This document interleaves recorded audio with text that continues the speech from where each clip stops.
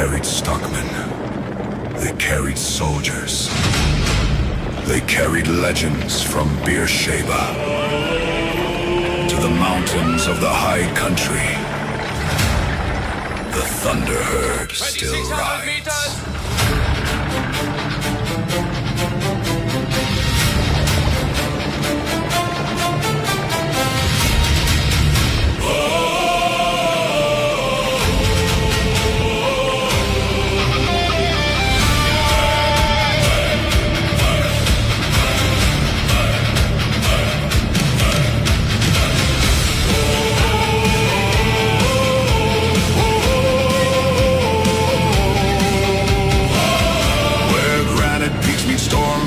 Skies and snow gums bow in winter light.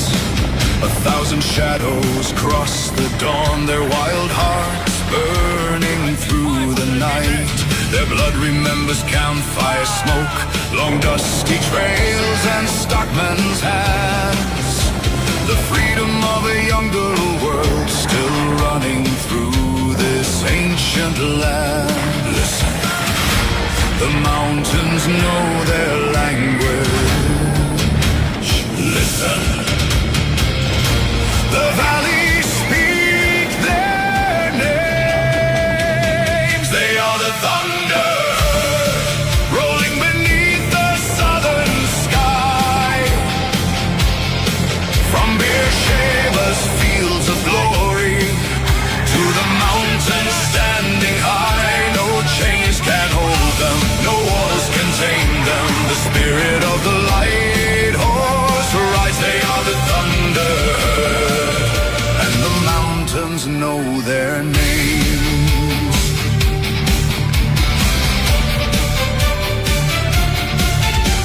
Across the burning Sinai sands, they carried fate in steady hands. Through dust and fire they thundered on toward Beersheba's faithful dawn.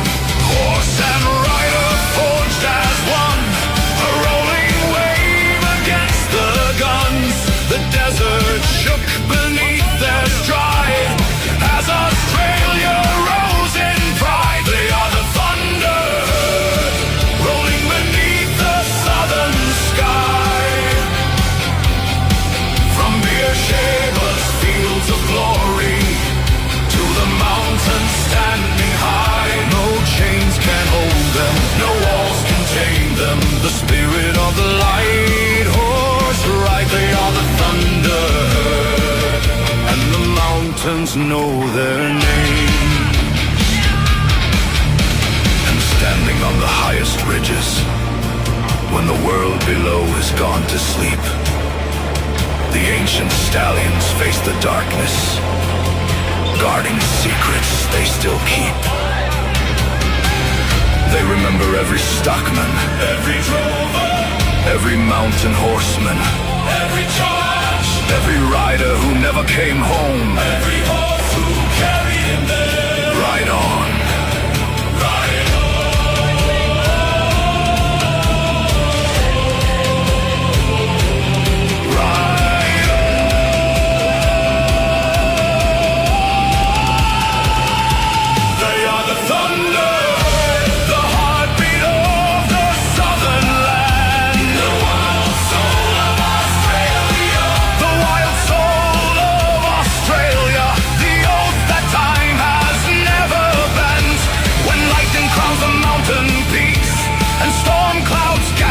Dark and wide, the spirits of the old light horse still ride beside their stride. No king commands them, no empire owns them, for freedom runs within their blood, as surely as rivers shape the land.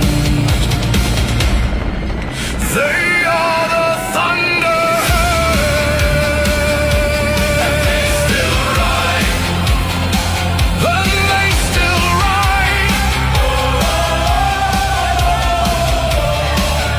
Beersheba to the high country, the thunder herd still rides.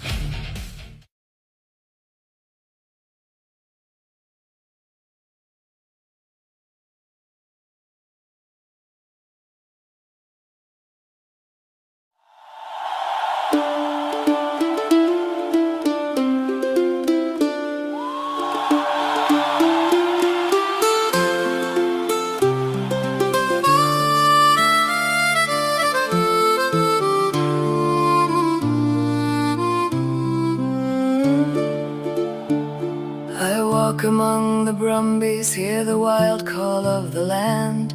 My heart breaks open softly as their breath falls on my hand. They've been here for 200 years, doing what wild horses do, healing country, holding stories, loving me and loving you.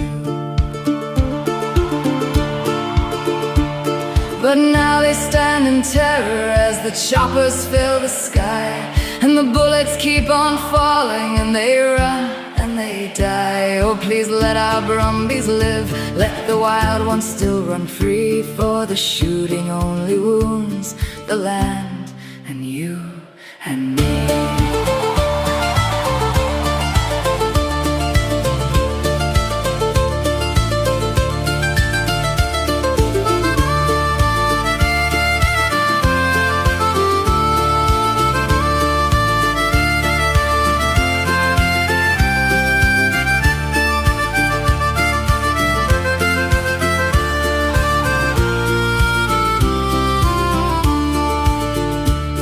The hills are quiet, empty, there's a trembling in the ground. You know this kind of sorrow doesn't fade, it lingers round.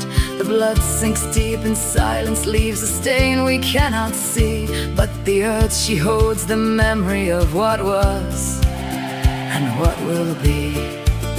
There was a stallion strong and watchful, with a mane like wind and flame, and his mare so soft and gentle, each one knowing her own name. Such a family in the wild, such a life they wove each day. Tell me why we choose destruction when there is another way. Oh, please stop the shooting now, there's still another way. If you'd only pause and listen to what the people say. Oh, please hear us now, we're calling out in pain. Let the Brumbies run forever through the sun and through the rain.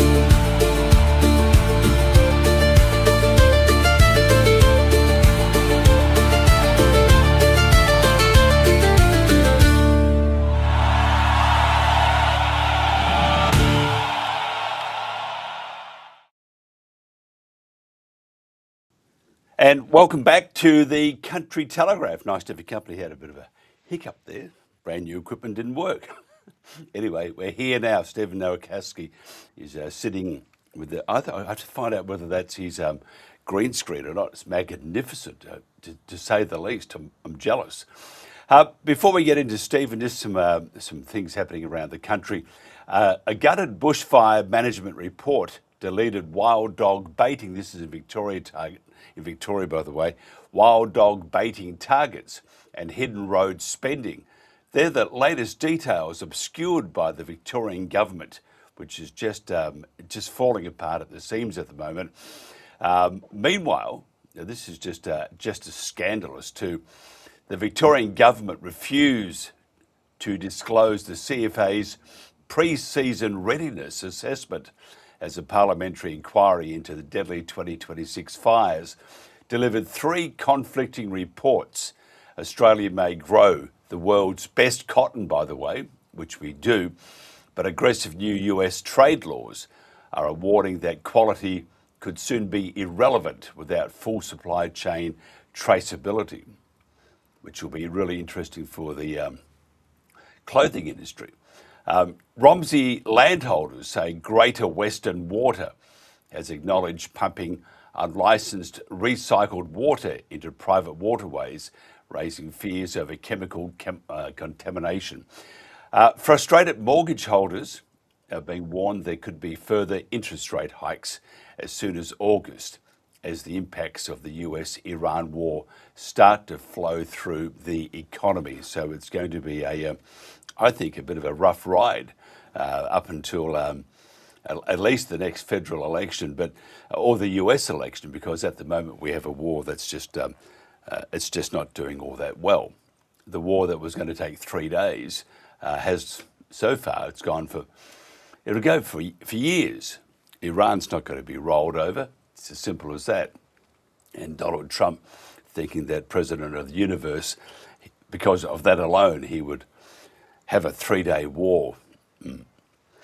Not on your Nelly. So what's going to happen is we're going to have all the inflation will rise because things will cost more, fuel will go up, fertilizer will be hard to get hold of, and so forth and so forth. And then we have the destruction that's happening in this country, which we'll talk to Steven shortly about, with the wind farms. We'll build them? Maybe not. We'll find out more shortly. This is the Country Telegraph.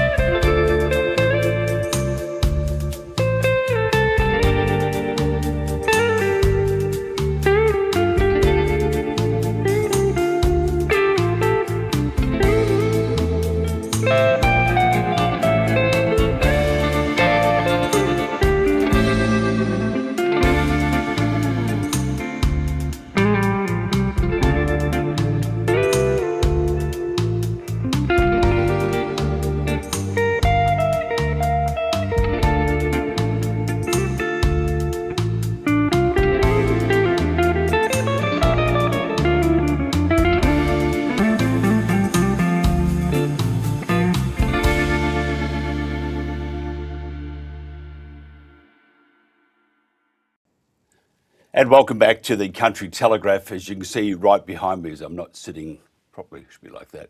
I'll fix it up later. Let's do that later anyway. By the way, we're there on Saturday at Tumbarumba for the it's a bunch of rallies right across the country, protesting I'm trying to get myself right. I can't do it yet. Protesting these terrible shootings that are happening in the Kosciuszko National Park, which we will fix. We must fix that. We must stop it forever, because it's not the way you treat your fellow Aussies, and they are. And as for doing damage, that's just absolute horse poop. I almost said a rude word. Sorry, Stephen. I know that you're sensitive. If you want to increase your bottom line, boost your communication with your frontline staff, and gather valuable data from your most important resource, your employees, then you've got to visit Instantpolls.online to learn more. We're using it here, and it is absolutely stunning. This week's poll on the Country Telegraph is, do you want the Brumby cull to stop immediately? Which, of course, we would say yes. Just use the QR code on our screen to vote. Each vote is secure and anonymous and verified by 2FA. You'll have a week to vote before the result is broadcast on the Country Telegraph after 8 a.m. next Tuesday. Now, the link will be published on our Facebook page this morning. Share the link, share the love, and ask your family and friends to participate. It's a very, very important poll, this. We need to send a message, and we see many others doing the same thing. And as we're more of a news organisation, we are not partisan to any group. We just want the killings to stop, and we've got to stop it. It's just appalling. These horses are just absolutely magnificent. This is the Country Telegraph.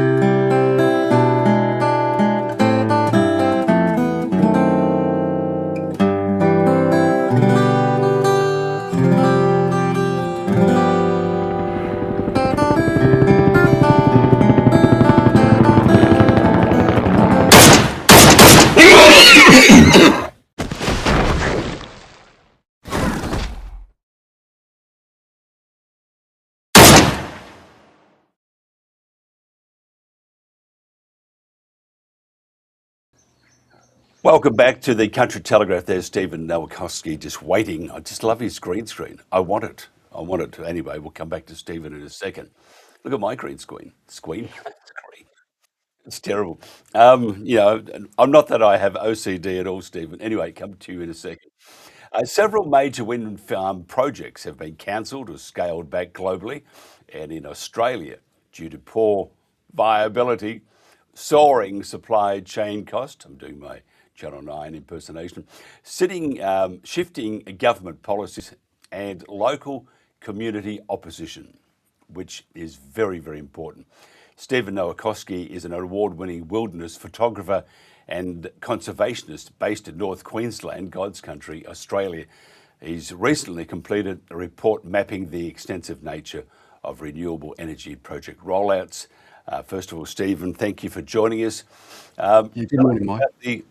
By the way, your green screen, is that a real green screen? Is that Yeah, your yes, that's my backyard. So the sun's just coming up. We're in for a blue sky day, which I'm looking forward to. It's magnificent. I mean, and it is God's part of the world, isn't it? It's just Oh, an it's absolute it's a glory. marvellous place, yeah, and very green at the moment. Yeah, normally I've got agile wallabies down on the grass there, but they're not there this What morning. about snakes? Yeah, lots of snakes, amethystine pythons, night tigers, tree snakes. Yeah, 'Cause we have a friend in the US. We said to him, very, very one of our best friends, and we said to he and his wife should visit us. And he said, "Why? I'll get killed." You got spiders, snakes, crocodiles, angry people, all sorts of stuff. So anyway, he hasn't come yeah. out yet. You must be. Tell me your thoughts on the disappearing once were going to be wind farms. I'm cautious because renewable projects can only get up with government subsidies. So there's a thing called the Capacity Investment Scheme, which you might have heard about in the media, and Chris Bowen spruiking it.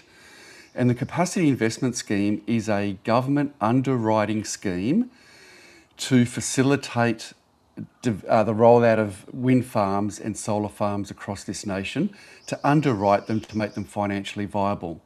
So if you can imagine, if you're a wind farm developer and you need to build a wind farm, like the Lotus Creek wind farm, which is 46 wind turbines, that's around $1.3 billion with a B to construct. A bank is not going to lend the developer money on the whims of the weather. No financial bank will lend a developer on the hypothetics of the weather and the wind. The developers need power purchasing agreements that are locked in and lucrative, and they need some sort of underwriting by taxpayers, by you and I, by the federal government to underwrite it, to guarantee that they're going to make money whether the wind blows or the sun shines. And that capacity investment scheme, we don't know how much money that is. We don't know how much money Chris Bowen and Anthony Albanese has given to the industry. We think it's around $30 billion. It could be $50 billion. It could be $100 billion. We don't know because it's commercial in confidence. And we won't know until there is a change of federal government, and then the books will be released and open to the public, hopefully, and then we'll understand how big these subsidies are. But it is quite obvious that these subsidies are still not high enough to get these developments over the line financially. So that's why a lot of these projects are stalling. So for example, there's 46 projects at the moment that have been, out of 59, that have been given capacity investment scheme underwriting, but 46 out of that 59 have not reached financial close yet. And they've gone back to the federal government with hat in hand, requesting more subsidies by taxpayers to make these projects viable.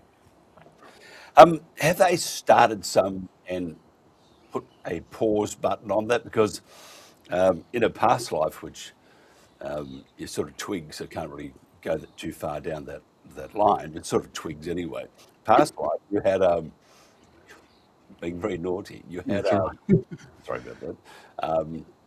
You had all this video of these developments, these wind farm developments, and they were just destroying the planet to save it. Yes. So that's why I ask you if they've been started and then they put a pause on it. You're going to, I mean, we have destruction not seen before, and as you said, one of your interviews with someone else, That's right. it's one of the Yeah. So worst yes. things we've seen.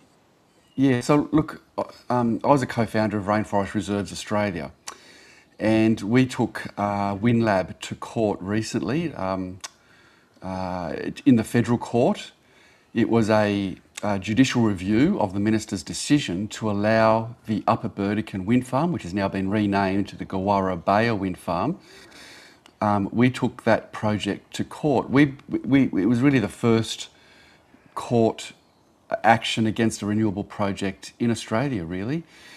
And we deemed the risks unacceptable to migratory birds, endangered bats, and the Environmental Protection and Biodiversity Act was actually developed to protect matters of national environmental significance, such as migratory birds, and we sign international obligations and treaties to protect migratory birds, yet this wind farm was allowed to kill X number of migratory birds. So we thought that was a really good case to fight against in the federal court. We ultimately lost the case. It's very hard to win on judicial review against legislation, the Environmental Protection and Biodiversity Act.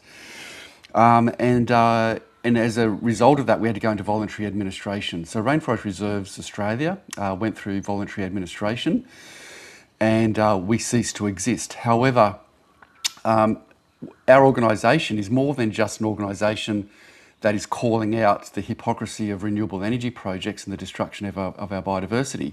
We also plant a lot of trees, we revegetate a lot of land.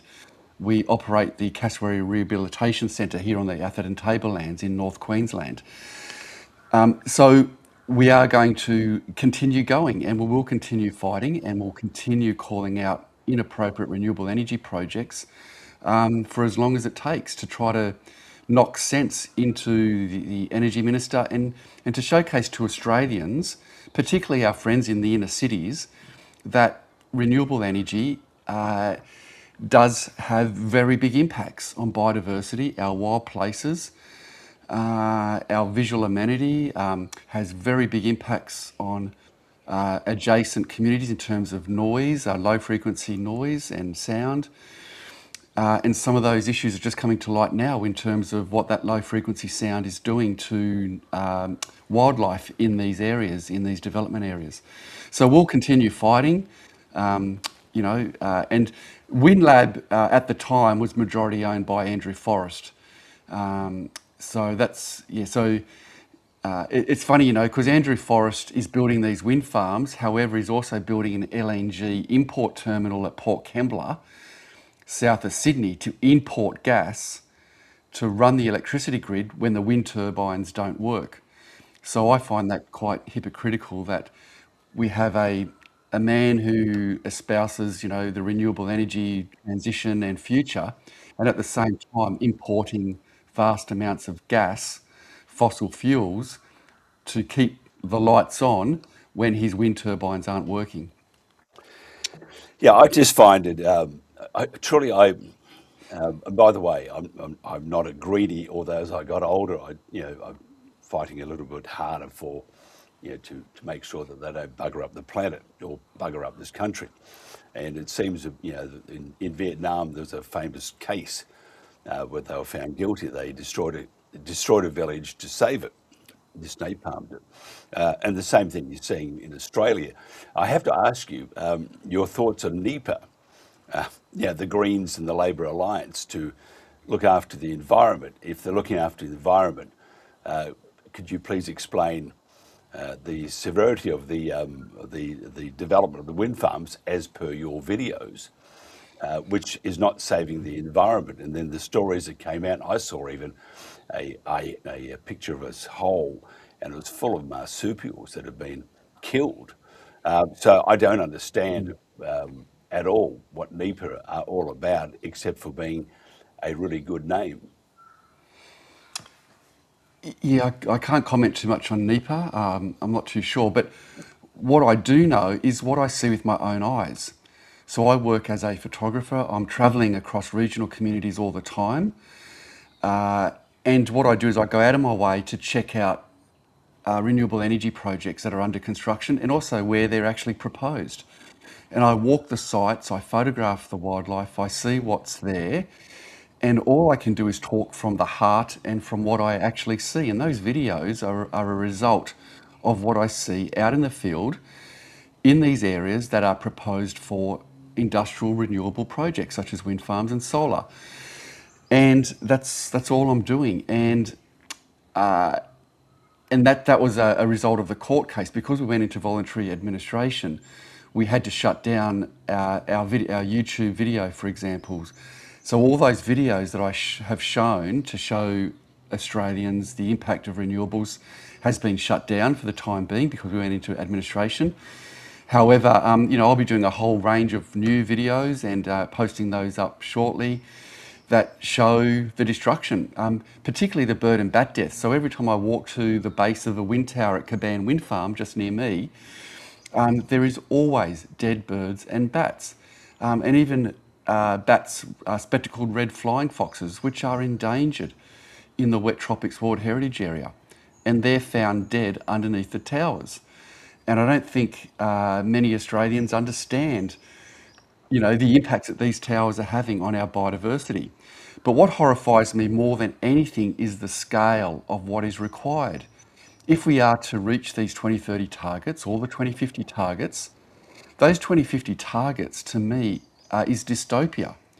We're talking about tens of thousands of wind towers that are proposed, thousands of kilometres of new transmission line cut through state forests and national parks, valleys and gorges and high-value agricultural land, people's backyards. We're talking about hundreds of or dozens of synchronisers, hundreds and hundreds of batteries, lithium batteries, which are short-lived critical mineral mining that's needed to build these lithium batteries. They're called BESS, battery energy storage systems. So all of that kit needs to be built. It's just not the wind towers in isolation. You need to build an entire system which requires transmission, substations, synchronous condensers, batteries, pumped hydro dams. More rivers and valleys need to be dammed for pumped hydro. And then we also need to build a parallel energy system to run when none of that works, and that is gas. So under the integrated system plan, we need to build 15 gigawatts of new gas generation and capacity to run when none of that works. So we need to build two energy systems. And that's what does my head in, because it's Conservationist Steven Nowakowski and academic Tim Navard have mapped over $1.38 trillion in so-called green projects across Australia, including 31,000 wind turbines, 550 million solar panels, and more than 28,000 kilometres of new transmission lines, with thousands more running. Yeah, so it just sorry about that. It just jumped into it. It's like, so I understand, and of course that was all about you. So we wanted to have a 3D of Steven Nowakowski. But tell me, Steve, when there's a lot of money involved, and that's what I'm looking at the moment, the amount of spend. If you look at transmission or renewables with transmission to transport the energy, looking at the wind farms, solar farms, looking at the clearing of for example, Kosciuszko National Park, of all the horses and stuff. And as an ecologist mentioned to us 40,000 years ago, we had giant wombats and all those around. So, but all this is tied up with money, and it's sort of getting towards that pointy end. Look at 2030. It's when I think this country is gone forever. So we have all these things coming into being. When you have enormous amounts of money from all over Australia being spent, but if you look at it properly, it sort of points towards that pointy end. I just get this, I can smell the stench of corruption, because we're talking trillions of dollars. The approach from the federal government and other state governments, it seems very choreographed, in my opinion and my observation, and the choreography is a very bad dance. It's shocking. It's shocking. To give you an example, like just the transmission alone, HumeLink, which is a transmission line to connect proposed wind farms is going to cost $20 billion. Then you've got Marinus Link to connect Tasmania, to open Tasmania up to wind farms, is going to cost $20 to $30 billion. Then you've got VNI West in the central Arana, though that transmission is going to cost 20 to 30 billion. And then you've got VNI West running through the Wimmera and out into Victoria to hook up transmission, 20 to 30 billion.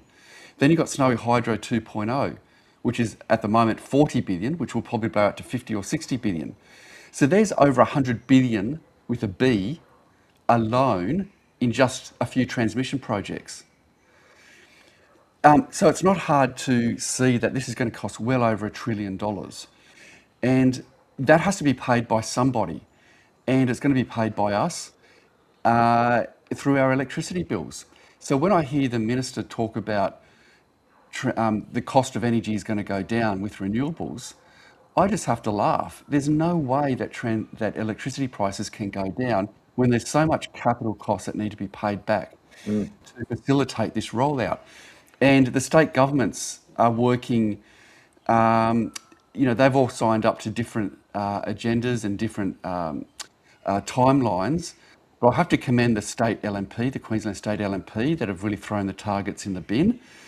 And I think that is a sensible decision and not be held to try, they're not being pushed down this road of rushing transmission and so forth. In Queensland, we're building the Copper String 2.0 transmission line. I can't recall what the cost of that is. I think it's around $10 to $12 billion, 12 billion, I think it is. But that will probably blow out to 20 billion. So there's another transmission line. But it's just huge. I don't think Australians understand what is going on in the scale and the cost to try to do this. And don't forget the data centres they're building. I mean, they require a smaller. I mean, you can't put ever-ready batteries into those things, so they won't last very long. No, that's right. Will stop. Where do they get the energy? Where do they get the water? Yeah, look, I don't know. All I do know is that I think we should be a data centre superpower. I think we should be an energy superpower in Australia, and we can do that. But not with renewables. Not with renewables. You can never be a superpower. In fact, with renewables is a way to deindustrialise a nation. And you only have to look at Germany. Germany is the only other country that's trying to do this. And they've spent well over $1 trillion already, Australian dollars, $1 trillion. They have around 41,000 wind towers, and they are deindustrialising. England is going down this path as well. So they've lost manufacturing. So we've lost our glass industry, glass manufacturing, but we're going to lose aluminium, we're going to lose steel, we're going to lose, we've lost fertiliser. So all of these industries require industrial heat. So you need industrial heat for glass, steel, aluminium, cement production, and you can't do that with solar panels and wind turbines. You need industrial heat. And so, look, I'm a big believer in nuclear. I think through nuclear we can become an energy superpower. And data centres around the world are looking at using nuclear power to power those data centres.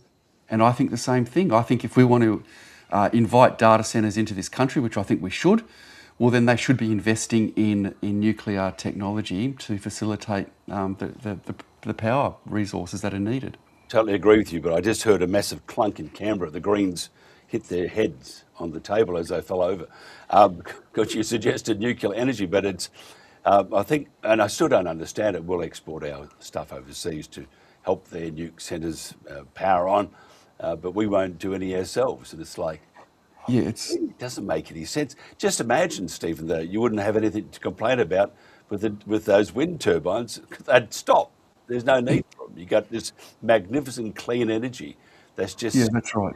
It's just The beauty about nuclear is that we use our existing transmission infrastructure, and you have to realise, from a conservation perspective, nuclear requires the least amount of materials per terawatt hour of energy produced, excluding conventional hydro. So nuclear requires the least amount of materials, the less mining, the less infrastructure, the least amount of critical minerals, everything. So nuclear really is the most green solution. If you're after zero emissions, nuclear is the no-brainer. It is. And it's crazy. But they all think we're going to glow in the dark. People, and they still do. Oh, we can't have that. Well, we ship our stuff overseas, and no one's glowing in the dark just yet. Look, we have to go, Steven. If somebody wants to find out more about you, and by the way, again, I have to say it, and I have to admit it. I'm jealous of your background. I would. You just tell me? Are you more towards Cairns, or? Yeah, just west of Cairns. So just west of Cairns, up at Kuranda. So about half an hour up the range, up the Kuranda range. You're with in the the hinterland. Yeah, the hinterland behind Cairns. Yeah. Magnificent. I kept telling my wife I want to go there, and she says, "Oh, one day, dear." I've been up there plenty of times for holidays and stuff, but vacation. But it's to live there. I think it's I like to get away from people. I just it's a beautiful place. Mother Nature there, or Father Nature, and just anyway. I'm jealous. Yeah, that's on record. But Australia's a special place. It doesn't matter where you are. I think Australia, we're blessed wherever you are. So, and right behind me on my green screen, by the way, which is pretty good too. We're there on Saturday, and the Snowies, Kosciuszko National Park. What a magnificent part of Australia that is. But again, we have government trying to bugger it up, which is just typical of government, isn't it? At this stage, we do need a new government. Anna Power will be up next. Maybe she can suggest something. Pull a rabbit out of the hat or something. Steven, thank you so much for your time. We'll do more of this. Let us know when you're back on YouTube, if we can help in any way. Truly, you just have to ask us, and whatever we can do to help you. I think you're a stand-up bloke, and thanks, Mike. Enjoy the conversations. Thank you so much. Yeah, thank you very much. Thanks for having me. This is the Country Telegraph.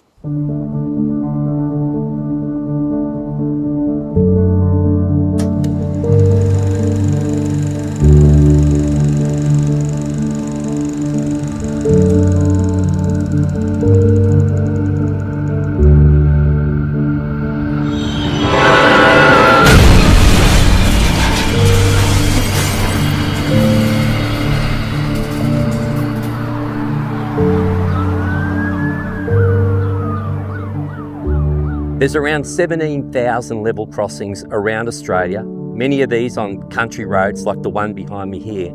They have no lights or boom gates. We are saying this needs to change, and we want mandatory legislation introduced to ensure that all trains have safety lighting. This issue affects all Australians, and we know that people that are from metropolitan areas are at greater risk of a crash with a train because they're expecting full controls in place that they're just not going to get in regional areas where these level crossings are protected only by signage. In Australia, there's strict lighting requirements for trucks, buses, cars, even bicycles. But when it comes to Australia's biggest land vehicle, trains, there are no mandatory standards in place, and this anomaly really needs to be corrected.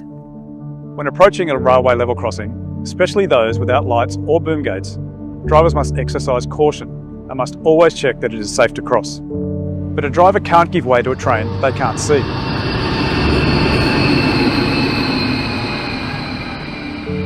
The rail industry is very profitable, powerful and protected. We have a unique situation where the Rail Industry Safety and Standards Board is owned and controlled by rail operators. So they have the power to put commercial interests before public safety. By law, trucks must have marker lights that clearly show their full length, width and height from every angle, day or night. If a truck doesn't meet these lighting rules, it can't legally be on the road. If it's good enough for trucks, it's good enough for trains. If those changes had been made back then, we would still have our family members today. Instead, we have to watch on while other families go through these completely preventable tragedies. Something as simple, as cheap and affordable as a beacon light could have saved 3 precious, beautiful lives in our particular crash. Over the years, there's been far too many tragedies at level crossings around Australia. And on behalf of the many families and communities affected, I really do appeal to our government and to industry to support mandatory safety lighting on all trains.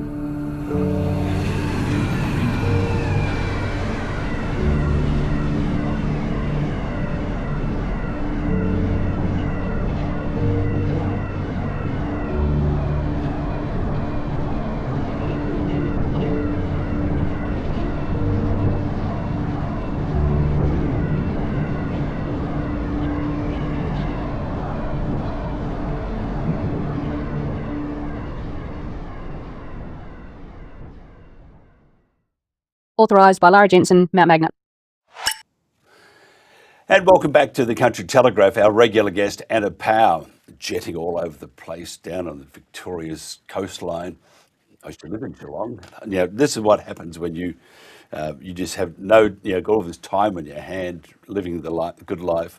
Anna Power is a mother, agricultural family, business owner, educator and independent candidate for the federal campaign for Maranoa in Queensland. First of all, Anna, thanks for joining us. Did you go surfing? No, I did go to Bells Beach and have a look. I didn't surf because I didn't have a wetsuit. Now, I have to say, because I live down there, isn't Bells Beach a bit of a disappointment? You think it's going to have these, everything, all the razzmatazz for world championships, surfing competitions, and it's basically a bit of sand and a cliff.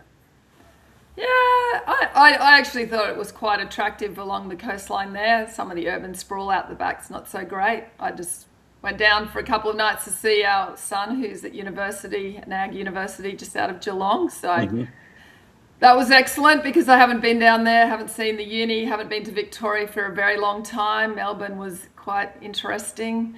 I won't go into that right now. Stay on track. Tell me about Melbourne. What's your thoughts? Because all reports, the Labor Party have absolutely destroyed the entire state, in particular the city. What's your thoughts?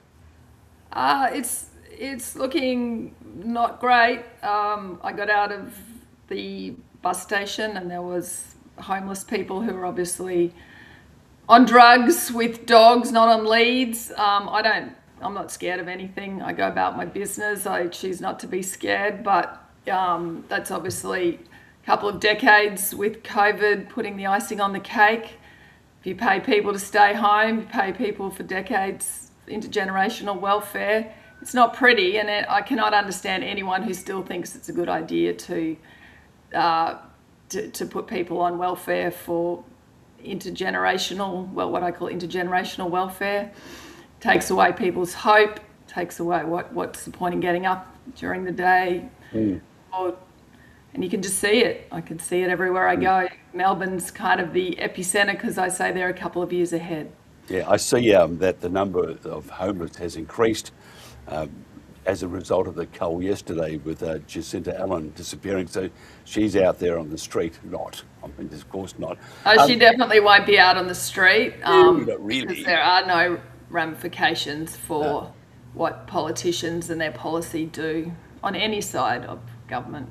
Tell me about because money buys money. Wealth is power. Money is power, and you can use it whichever way you want to. There was an exclusive dinner with the Prime Minister, and I was watching part of it on the last night on TV, and I can't remember who was there. There were people there.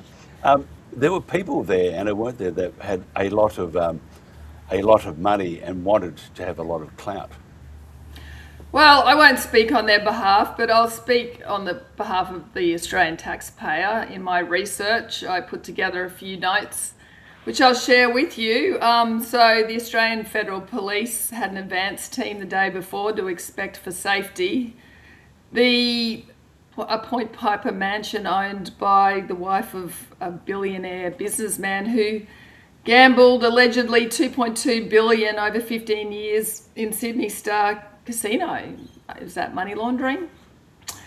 And allegedly owes the ATO $273 million. So our Prime Minister is dining with the 25-year-old son of this lady who owns this property because her husband, I read, doesn't have any Australian property in his name, but it's in his wife's name. So the taxpayer funded the AFP. In attendance was ex-Victorian Premier Dan Andrews, who gets $300,000 a year pension from the taxpayer. Ex-corporate watchdog for ASIC, who a taxpayer funder inquiry found that too often ASIC fails to respond to early warnings of corporate misconduct and does not routinely use the full extent of its own powers to achieve strong enforcement outcomes. So we're funding all this, the taxpayers funding this, and what are the outcomes? They have dinners with once Chinese billionaires, gamblers, you know. Commonwealth Bank chairman was also there, and Joe Hockey, who's the ex-treasurer for the coalition, he gets $139,000 a year in his pension minimum, and he's also chairman of the Lee family office. And apparently 25-year-old Felix Lee, he runs this office. He's 25 years old, and it's just him with its own governance, purpose and operating boundaries, which is a direct quote from Joe Hockey. Incredible. I mean, it's amazing. I mean, these people, 25, he must be a really super intelligent person. Oh, And amazing. nothing to do with money at all. It's just that he's a Mike, go-getter. can I just plug in my laptop? Sorry, I didn't plug That's it in. right. We're just going to let Anna plug in the laptop because we would hate Anna to be gone. We're having no. I'll bring you. Are you comfortable, Anna? It's hard to believe that the ex-treasurer of the federal Australian government is claiming that a 25-year-old is fully in charge of millions of dollars in his mum's Point Piper mansion. And he gets, like, imagine if any other 25-year-old in Australia invited the PM, the ex-premier of Victoria, who's also on a Chinese company board last time I looked. The office run by ex-treasurer Joe Hockey. You can't make it up. I mean, listening to old mate talking about the wind turbines, you know, we can wax lyrical all we want about how it should be, how we'd love all of these things, that we should be an energy superpower. I completely disagree with him on being an AI superpower. If they're Amazon databases, do we really want them here hoovering up more of our information? But anyway, we could be an energy superpower with the natural resources we have if they were actually kept here and not exported by the likes of twiggy forests, and then we buy back the fake renewables. Anyway, so all I can say is if people keep voting the same, they're going to get the same BS. They are. And what about Pauline Hanson? Of course, she doesn't hobnob it to anyone. Gina, what a lovely big pool we have in Europe. Yeah, it's really problematic because I know people want hope and they want someone to look at and think, yes, they're actually going to represent and stand for us. But as I said to someone yesterday who accused me of being a lefty, because I don't think left or right should exist. It's the illusion of choice, and you always have to follow the money. And when you've got Joe Hockey, ex-coalition treasurer, organising dinners at 25-year-olds' mums' Point Piper mansions for the Labor Prime Minister, tell me what the choice is. Convince me that we actually have a choice. Well, we don't, do we? We have no choice. We don't. It's a joke. And anyone who gets establishment media attention, whether it be good or bad, is part of the problem, because you just don't get it if you're not in the game. You don't get it. And until people actually start supporting upstanding, honest people who are completely transparent, accountable and honest, nothing changes. So I always say, hashtag follow the money. Follow the money. Don't follow the words. What's coming out of their mouth means nothing. Actions always speak louder than words. And the money behind the person is what's running the show. So we can talk about how the environment, we can talk about all of these things. We can talk about welfare reform. We can talk about do we need AI data centers or not? It doesn't matter, because as long as the people in charge are being controlled by the billionaire class, nothing changes. Tell me, it really doesn't matter whether they're LNP, whether, you know, everybody is susceptible to and the longer they're in. Well, I don't know that. I disagree on that. I don't think everyone is susceptible. I think the only people allowed in the room, Mike, are the people who are susceptible or who are only in it for themselves. When I say you are driven out. If you are. This is my experience of life as someone who will always be honest and always stand up for. But if the you're, greater good. You get driven out by these people. at every level. When I say And it's on steroids now. Everywhere I go, it's on steroids. You are not allowed to speak the truth. so the not temptation, but they and everybody is susceptible. It's whether you agree to go down a particular path or not, and then I think that's what I was trying to say, that the illusion of I don't know whether it's previous power at one stage and then looking after your future because you may not get re-elected, and so therefore people do things they shouldn't do, and so far I haven't seen a party that's immune from that, and I think it's I think. We do need more independence, but however, are they susceptible to?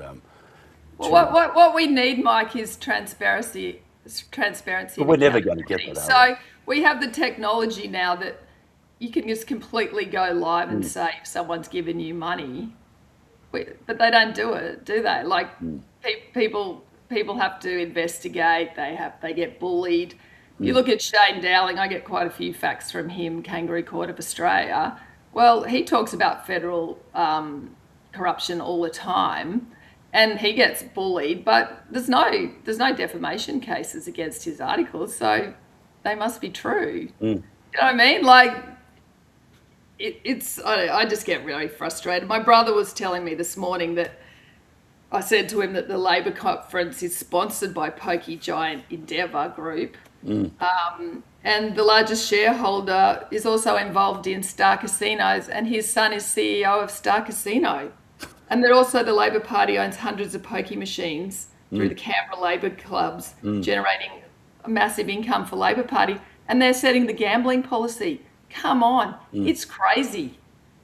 It is actually. So all of this could, if you're a politician who actually wanted to do the right thing, you could be putting this all live now, but they're not, are they?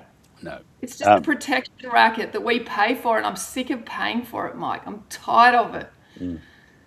Now, you were, because I was trying to go back to Victoria for a second, because they have an election coming up, which I would probably think that, actually, I've got no idea who will get in. I mean, Liberals or the LNP have had a terrible run. Even with Dan in full flight, they still couldn't win.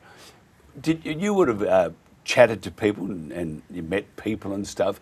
What was your impression of what might happen at this forthcoming state election? To be honest, I actually didn't talk politics down there. I was Really? focused on family. Family is really important to me. Right.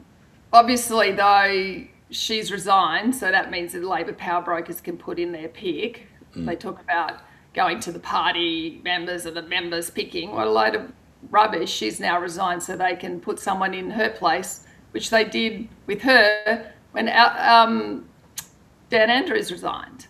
So democracy, what a joke. Absolute joke. Yeah, I totally agree. But what about the LNP? I don't know who wants the poison chalice now when they can sit in opposition and for not much less money and wine on dine on our dollars. Who wants to poison chalice now? Like, look at what the opposition get, the perks they get, the wages they get. Why do we even have an opposition? It's a joke. I'm not ever going to politics against you. Well, exactly. Yeah. And that's why, I could call for a debate. I noticed David Littleproud's now going to do a tour of Maranoa. That's interesting, isn't it? He's been in for over 2 terms and suddenly he's realised that he's supposed to listen to the people of his electorate. Well, let's see how that goes. Yeah, that will be. But he'll get all the media. He can ring up Sky News and go direct from wherever he is in Cunnamulla. He gets all the media, doesn't he? He's got my taxes to fund him jetting around or whatever he's doing. Is he going to drive? Let's watch. I'm over it. People go, oh, why don't you suck up to these people? Why should I suck up to these people? What have they done for us? We're getting taxed and inflated into oblivion. The fuel excise is gone now, so small and medium business is going to get even less money. Sorry, they put the fuel excise back on the fuel because they will be hurting without that excise, mate. They are spending so much money to have that cut out will be really hurting those people who are buying the next vote and buying people with our money. Totally agree with you. And the truth, you know, people don't want to hear the truth. I don't know why, because you always get long-term gain from the truth. I have a theory, but I won't go into that because we're going to run out of time. Where are you today, by the way? I'm back in Brisbane. I flew back yesterday morning and I'm heading home today. But just a quick story if you want one. When I was going through Avalon Airport yesterday, through their biometric machine, which to me is all about control, I had an alarm come up and the lady wanted to pat me down and I said, no thanks, it's a Band-Aid on my leg. And I showed her the Band-Aid and she immediately said, I'm getting my supervisor. And I said, why? And I'm getting the supervisor because everything now is perceived as some sort of personal threat and common sense is dead. So you just show the Band-Aid, and in the 80s when we didn't have any of this rubbish, she would have gone, oh, okay, see you later. No, she gets the supervisor. They put me through the biometric machine again, and this time it comes up on my arm. So the alarm showed up in 2 different places, so it's working really well. But, you know, it's really good at keeping everyone in control, isn't it? Like It certainly is. No, it's for convenience, haven't you heard? Oh, yes, all about our convenience. Makes expecting travel us, easier. loudspeaker telling us to dob on our neighbours. Yeah, Well, of course, that's the Australian way now. Yeah. Anna Power, thank you. And now, if somebody wants to find out more about you just quickly, how do they do that? Anna Power on Facebook, and vote Anna Power for Maranoa on Facebook. I have my opinions, but if I get elected to the electorate of Maranoa, then I'm working for the people of Maranoa only, and it doesn't matter what my opinion is. I would be taking whatever bills they're trying to pass to the people of Maranoa and asking them for how it should be, how I should vote, because that's what democracy is. It's not party power brokers telling me how to vote. Yeah. You can hop on your brand new Massey Ferguson and terrorise them. Yeah. I won't be terrorising anyone. I believe in unity, and if we don't have a unified Australia soon, we will be in a lot more trouble. Anyway, see you later, Mike. Thank you very much. Anna Power here on the Country Telegraph. So many places where they're using 1080 poison baits. Yeah, it's an absolute travesty, mate. It really is. 1080 baits, if you've seen what a 1080 bait does to a dog, it's one of the most horrific things you'll ever witness. And the second you see something like that, you'll be a big advocate for getting rid of 1080 baits. It's not the way to solve the problem with wild dogs and foxes and things like that. On Sunday, August the 30th, I got a phone call from my husband. I wasn't here, I was out in Aramac staying with family. And he rang me very distressed and crying on the phone and told me that Tippy was dead. And he then described to me how that happened. He said he was inside, heard Tippy outside yelping, which progressively rapidly went to screaming, and he was thrashing him, throwing himself around. He went under my car, which is parked on the veranda in a carport, threw himself under the car and up under the wheel arch, obviously looking for sanctuary. Greg tried to grab him and got hold of his leg, and as he did that he just dropped dead. So he rang me and told me about this, so I was obviously quite distraught as well. And then he had to go into town, into Bundaberg, to pick up for a pre-arranged appointment. And when he came home a couple of hours later, Faye, our Maremma dog, was also dead. So within a couple of hours, we're not sure, any time between 9:30 and midday is when she died on that morning. So yeah, Greg took them to bury them, and and he took Ted with him when he buried these 2 dogs, and Ted was there with him. And after Greg finished burying them, he wouldn't leave. He just laid, he sat, moved around. He wouldn't leave the gravesite. So Greg had to literally pick him up and take him away. So he knew his mates were in there. So, yeah, sorry. 1080 is not a humane poison, and despite people's claims that it is humane, we now recognise that that's not the case. It's not good enough to pretend to ourselves that it's humane and keep on doing the same old thing that we've been doing for years. There's no excuse to keep on using a poison that is not humane and that we know is not humane.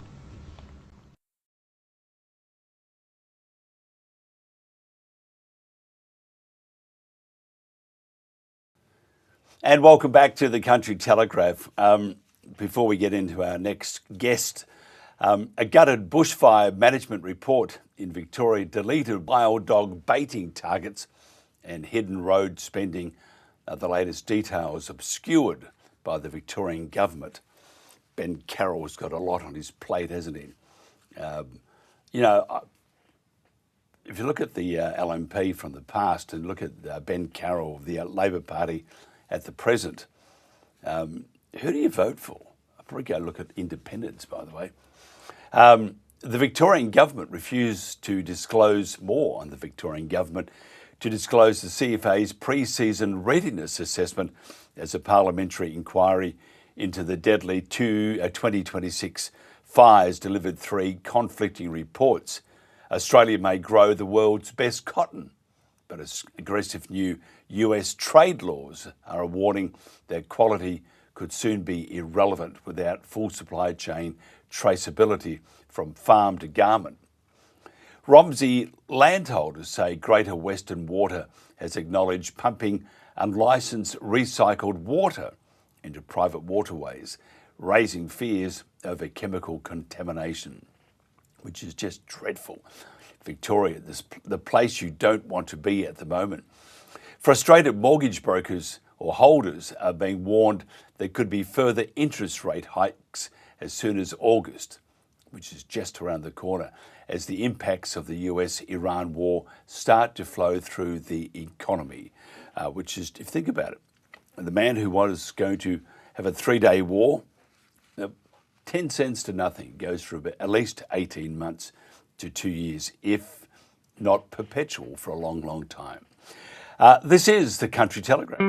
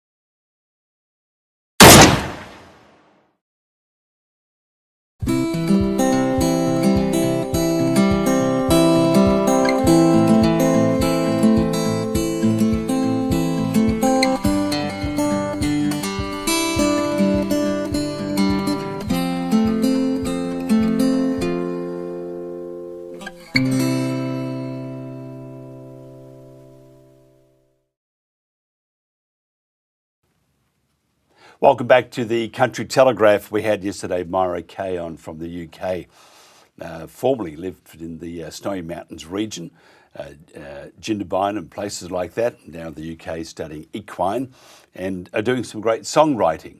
One of the songs that she wrote, which I think is very pertinent to this day and age, to those living in that beautiful part of Australia and the world, a song called The Horses That Raised Me, here on the Country Telegraph. The horses that raised me. I was only 5 years old, with little boots upon my feet, when I saw them on the mountain, running wild and running free. The wind danced through their manes like a song upon the breeze, and somehow in their presence I found the strength in me. When I was scared and lonely, and the world felt cold and grey, I'd climb up to the ridges and watch the Brumbies play. They never spoke a single word, yet somehow we understood. They taught me how to stand up tall and showed me life was good. Don't take away the horses that raised me. Don't silence the thunder I've known all my life. They're part of my story. They're part of my heartbeat. They're woven like stars through the dark of the night. I grew up beside them. They helped me keep going when tears filled my eyes and I wanted to hide. Don't take away the horses that raised me. Please let my Brumby survive.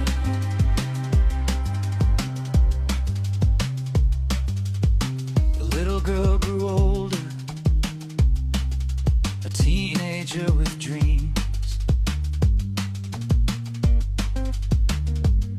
still searching for the peace I found beside those mountain streams. They carried all my memories across the valleys wide. Every hope and every fear, they seem to walk beside. Now I'm standing as a woman, looking at the hills today,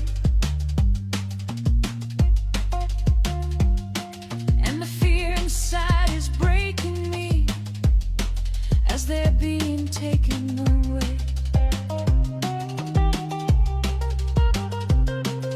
The mountains feel much quieter.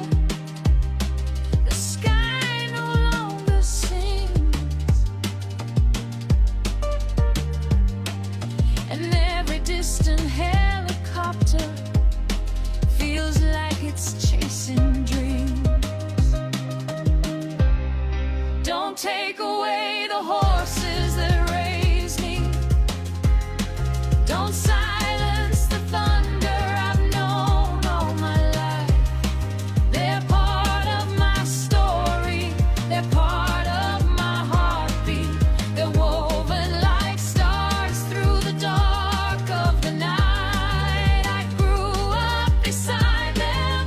They helped me keep going when tears filled my eyes and I wanted to hide. Don't take away the horses that raised me. Please let my Brumby survive.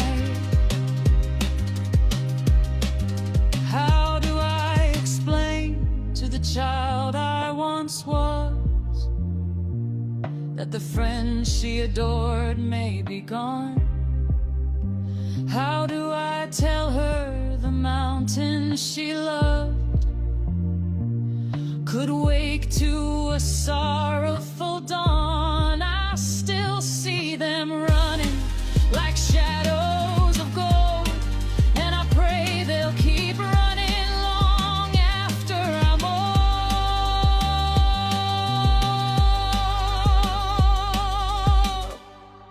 Don't take away the horses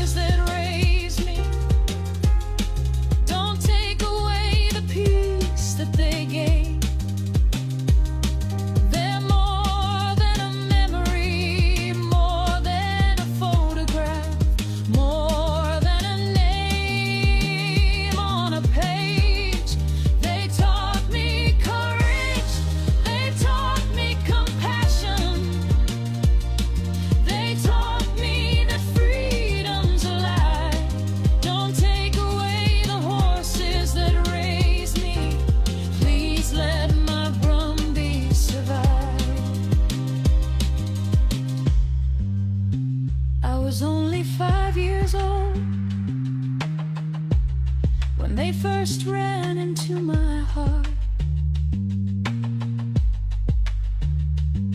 And no matter what tomorrow brings, we'll never truly part.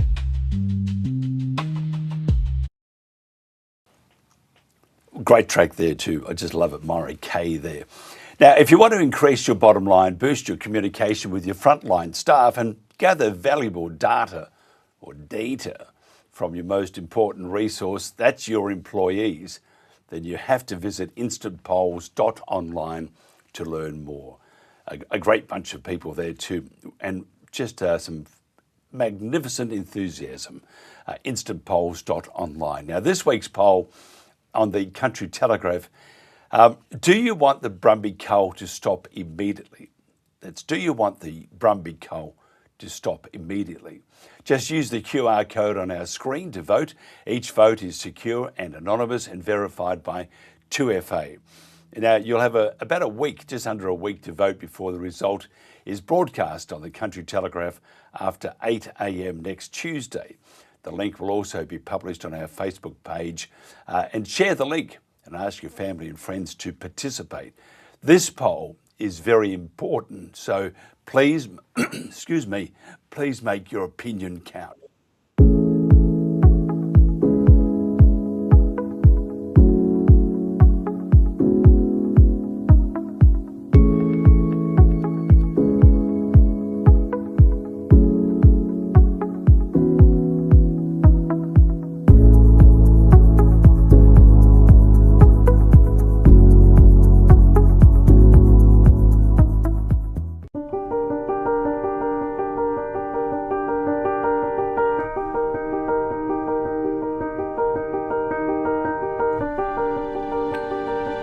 The king may rule over land and sea.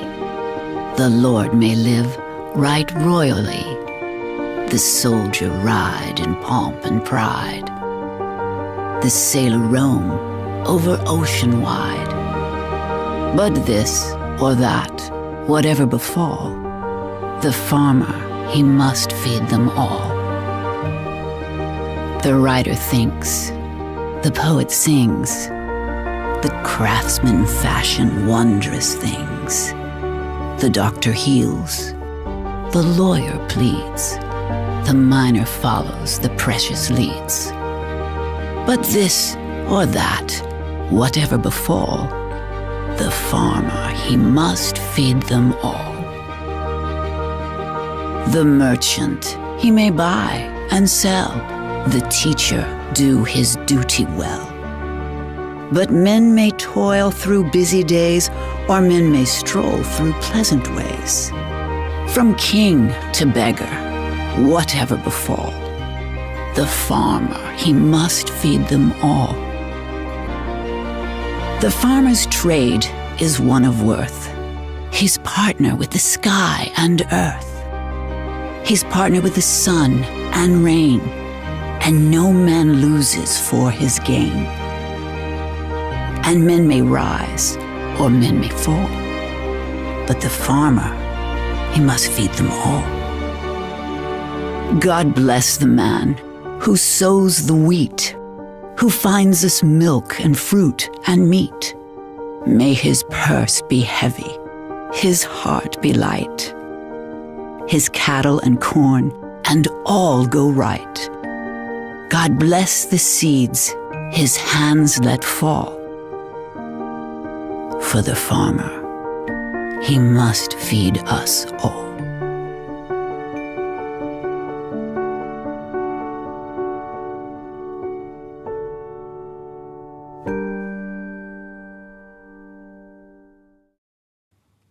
Welcome back to the Country Telegraph. Behind me is just, it's the Kosciuszko National Park, and we're broadcasting live from there on Saturday morning from Tumbarumba. Which is going to be an exciting time, I think. It's a great time. Looking forward to it very much. And the Reunion Hotel, got to thank them so much too. The whole town, just absolutely magnificent. Sian White Wolf Molyneux is an Australian entrepreneur, president of Wild Horse Protection Australia. and a passionate advocate for practical long-term solutions for Australia's wild horses. A mother and guardian of 3 wild dingoes, Sian has spent years developing a deep connection with Australia's wildlife. She is also a natural horsemanship enthusiast who has successfully retained her own bronco horse and has had several profound experiences observing and interacting with wild brumbies in their natural environment. Absolutely magnificent creatures. Experiences that inspired her commitment to their future. For more than a decade, she has worked with entrepreneurs and businesses around the world as coach, mentor, and energetic healer, helping people align purpose with business and personal growth. Over the past 2 years, Sian has worked with private investors on large-scale projects, building relationships and connecting opportunities across multiple industries.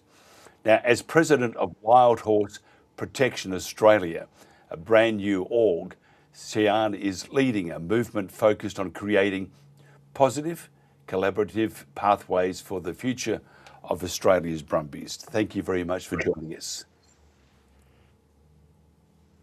Hello, Mike. Thank you for having me. Yeah, I just you'll go to heaven, and I won't, but you'll go to heaven. You're doing a magnificent job, and I think I think the brumbies need as much help as possible, and it's just a terrible time for them. What do you, before we get on to other things, where do you see the future for Kosciuszko National Park and the brumbies? Because they're still killing them, and they're planning another overhead cull with the helicopters. Even though it's planned for November, many are saying now it'll be brought forward to October. What's your thoughts on that and the future for the Brumby? Yeah, it's a good question. I mean, it's heartbreaking, isn't it? It's soul deep heartbreaking. Seeing what's happening to our icons, our heritage, and as a dingo lover as well, I see this 1080 baiting. I see how the parks are managed, being in the hands that it's in, and the corporations behind, the beast and why it is operating the way that it is. And at Wild Horse Protection, we want to work in a parallel manner where we are campaigning and we are wanting those brumbies to stay on country, because ultimately that's where they belong and that's where they've been the whole time, as long as we have. So we want to work in parallel, though, and also offer an option where they can be taken out of the government's hands, and have a safe area where they can be managed, and they can be in a rewilding situation. But as the future of Kosciuszko, I mean, it's always going to be at the risk of whoever is managing, whoever is in control, what government party is in control, and ultimately it would be beautiful if it was put back in the hands of the local people and the traditional owners. I mean, that's really what we do, or what I believe and our organisation believes would be the best path. But is that going to happen? Who knows?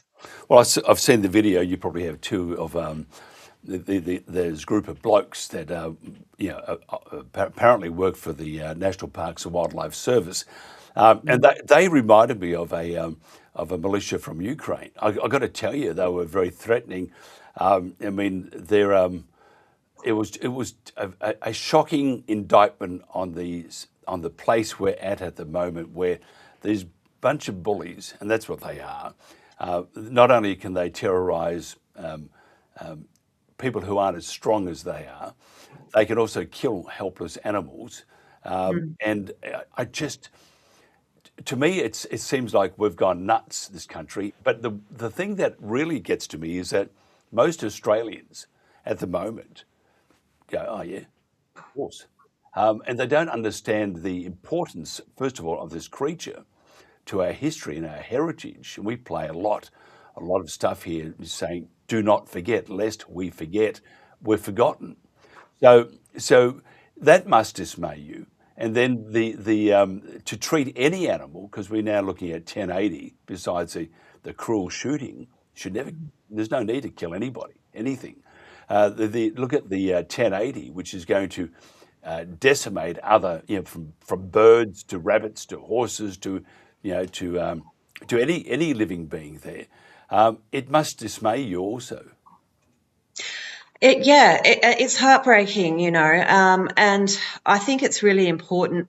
A lot of the Australian public is obviously just going by news channels and what they're hearing, and we've got to look at everything. The government is a business, and they're running the park as a business, and we have these large corporations profiting off chemicals, 1080 Bay. They're profiting off offsets. They're profiting off development. So we've got to look at patterns and also see how we can combat that or work with it or parallel work with it and come up with our own models that are for the positive. So this 1080 baiting, is a big business model. So the more that we share as a community and the more that we come together and share our voices and also share these incredible horses, I think, online and share that among our communities, no matter how small that is, if you're just doing flyers or you're online or you're speaking about it, and showing the magnificence and the beauty of these animals and the importance, I think is, we're all doing a tremendous job in that. And, you see a bit of a division in the Brumby world, but I think everybody has their role, whether you're a rehomer, whether you're an advocate, whether you're in Parliament, we're all coming together and doing our bit. So I think having hope and not giving up as well is detrimental at this stage. And the more that we share, the more we're going to break down that belief system that the propaganda has spread through and that business model has spread through the Australian public. Yeah, whenever we have huge amounts of money, and if you look at from the renewables to the absolute environment, the desecration of the environment, to save the planet, and look at all these things, you're talking about trillions of dollars. Mm-hmm. Whenever you have such large amounts of money, the stench of corruption is very strong, isn't it? Well, yeah, I mean, that can happen. And you've got both sides of the spectrum. You've got money's just a tool, like a weapon, or and it's how it's used. And unfortunately, it's being used in a model that isn't beneficial for the land, for the people, and for the country, for the animals. So this is where me personally, I zoom out and I look at patterns and I look at how things are run. And I'm looking at this whole ecosystem of how it's run and how the animals are suffering.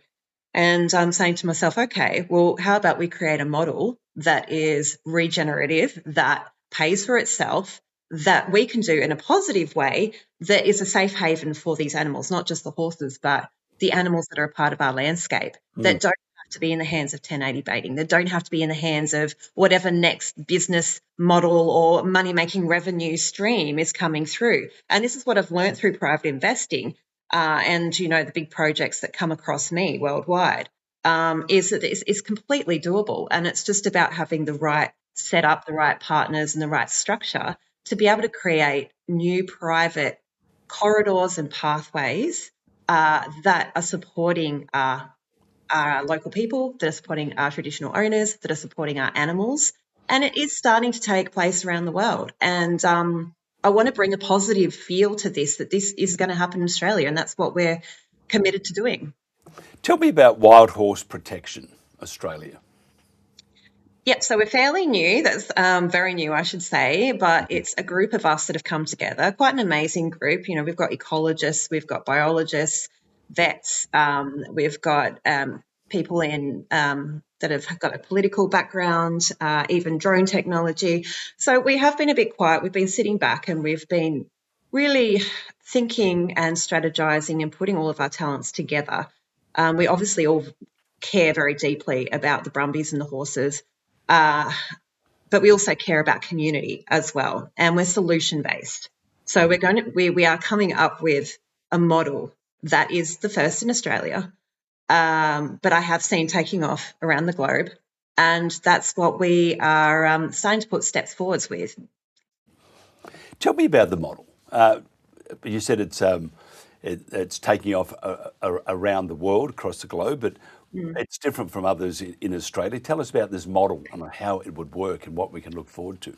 Yeah. So what we've seen so far, and everyone is doing an incredible job in the Brumby world, whether they're rehomers or they're sanctuary owners, community. And, we've still got to reach out to a lot of people. We've only just started. We want to make sure that we're speaking to everybody and we're collaborating with everybody, no matter what they're doing in that space. So with this model, what we're looking at is Australia's largest wild horse conservation regenerative model. So this is looking at 10,000 acres plus, and we can also build out from that. So we have incredible people on our team. If we start off with a large parcel of land that can keep buying out as well. And I feel this is the future of the planet, is going into philanthropy, going into private lands. And how do we get this land to actually make an income so that those horses are protected and safe? What I'm seeing, in a lot of the models, unfortunately, is, these poor people that are rehomers and sanctuaries have to rely solely on donations. And unfortunately, that can put the horses at risk if they need to be fed. They're running out of hay. They might need to sell the horses to make profit, or they're just running out of funds because, as we all know, life is tough at the moment. You've got taxes. It's hard. It's hard yakka. So after, working on projects around the world myself, I can see how it is possible and how they pull off these large projects by having the right partnerships and having the right models that bring in money revenue. So that can be with ecology, that can be with regenerative planting, that can be with offsets as well, that can be with sponsors, that can be with say solar and things like that. So it's about having the partners that come in, and it's that actual landscape is producing income and tourism on top of that, so that we know that this model isn't going to fall apart and it is actually making a profit, and so much of a profit that we can keep expanding on lands. And it doesn't have to just be around what we're looking at around the park.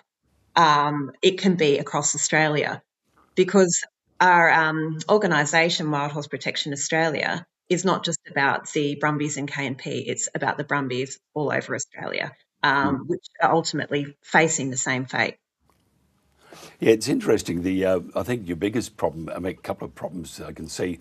One, finding the land, because if you propose to put it in that particular region of Kosciuszko National Park, you've got to compete with what's that militia group called? The ISC, that's right. They're another militia group. And, who are magnificent with propaganda and the information operation. And their troops being the New South Wales state government. And now you can see also their troops being the WA state government, and their troops being the federal government. So you have to compete against them. Now, they say that the horse is doing terrible things to the environment, which it is not. It is actually safeguarding all these great lumps of land because of the fire danger is mitigated. However, that's one of your major stumbling blocks. How do you cut through, and I'll be quite polite here, how do you cut through government, bureaucratic, and a lot of these NGOs, their horse poop? Well, look, we're looking at, let's be honest here, we're looking at land wars, aren't we? We are. That's what it is at the end of the day. It's water rights laws, it's land laws, because they're using the land for, it's multi-layered. They're using it for resources, they're using it for offsets, they're using it for, many different things. So, but at the end of the day, money talks. So if we have the money and we have the partnerships, then we use that to be able to acquire the land. We've already got our eyes set on a couple of parcels of land that, are close to proximity, that we can put an LOI on and we can have our partners come in. Now, the important thing about this, what we call capital stacking, is we do still need community support and community help to get this project off the ground. So personally, I'm speaking to private investors internationally that are interested in this project, but they come in at a certain stage. So you've got to think of this project as like a funnel. They're ready to come in at the end stage. And what we need to build is these middle stages. So at the moment, we're doing a call out to JV partners, as we call them. So we will be partnering. We're in conversations with JV partners in conservation, in philanthropy, in renewable energy. So they come in on the middle bit. The first bit, which we're going to be launching in a couple of days, is the GoFundMe. So this is like our little foundation pool from the community. And when people can see that, the JV partners can see that, and then the end partners can see that, they all come in at different stages, and then the project is complete. Because you're looking at, it's a massive amount of money, so it has to be stacked in a certain way. And I'm not a financial advisor, I'm just making that very clear. This is not financial advice or anything like that. This is from my experience of working on these projects and seeing how everybody has done them globally. Can you just tell me, I'm just wondering, because I think it's a fantastic idea, by the way, being a national park, the chance of actually, I mean, and this is a contradiction, by the way, the chance of actually buying or purchasing a lump of land, a parcel of land, is quite remote. Having said that, you see Chris Minns would like to privatise the national park. So therefore you have that option. If you were to kick it off, and as you said, you need the local support, and then we need the dollars, which I don't think is all that hard to get, considering that you have a very, very good and comprehensive plan that's ready to rock and roll. But tell me, which part of New South Wales would you be looking at first? I know I'm sort of pushing it a bit early, but I'm quite interested because there is all those restrictions that I mentioned previously. Yeah, so what we're looking at and considering is, large cattle properties that can be bought and they can be regenerated. Obviously, the landscape has to suit the horses as well, and they need a lot of movement, and they need a variety of different landscapes and, of course, good water source. But we wouldn't be acquiring national park as such or bushland. It would be more probably regenerating a large station, which is, we have found around New South Wales and even just over the Victorian border between the Snowies. And we also have a lady on our team that's looking for off-market properties as well. So to be honest, once again, money and strategy talks, and just because parks and just because the government are doing a certain way doesn't mean it can't be done a different way. So you use what's put in front of you, but you just tweak it and create it so that you can win. And this is the way to do it. And people do it all the time. Private people are buying up land left, right and centre. Government are buying land left, right and centre. So you've just got to have that creative vision and the strategy going forwards. Yeah, I think it's a fantastic idea. What sort of time frame do you have? I mean, we're wanting to do this as soon as possible, but, we're put in that precarious position that, after the last count, that Thaler was up there, whether it's verified or not, whether those numbers can actually be used, is showing us that there's, hardly any left, which is just devastating. So, how those horses come in as well and how that looks, we don't know yet.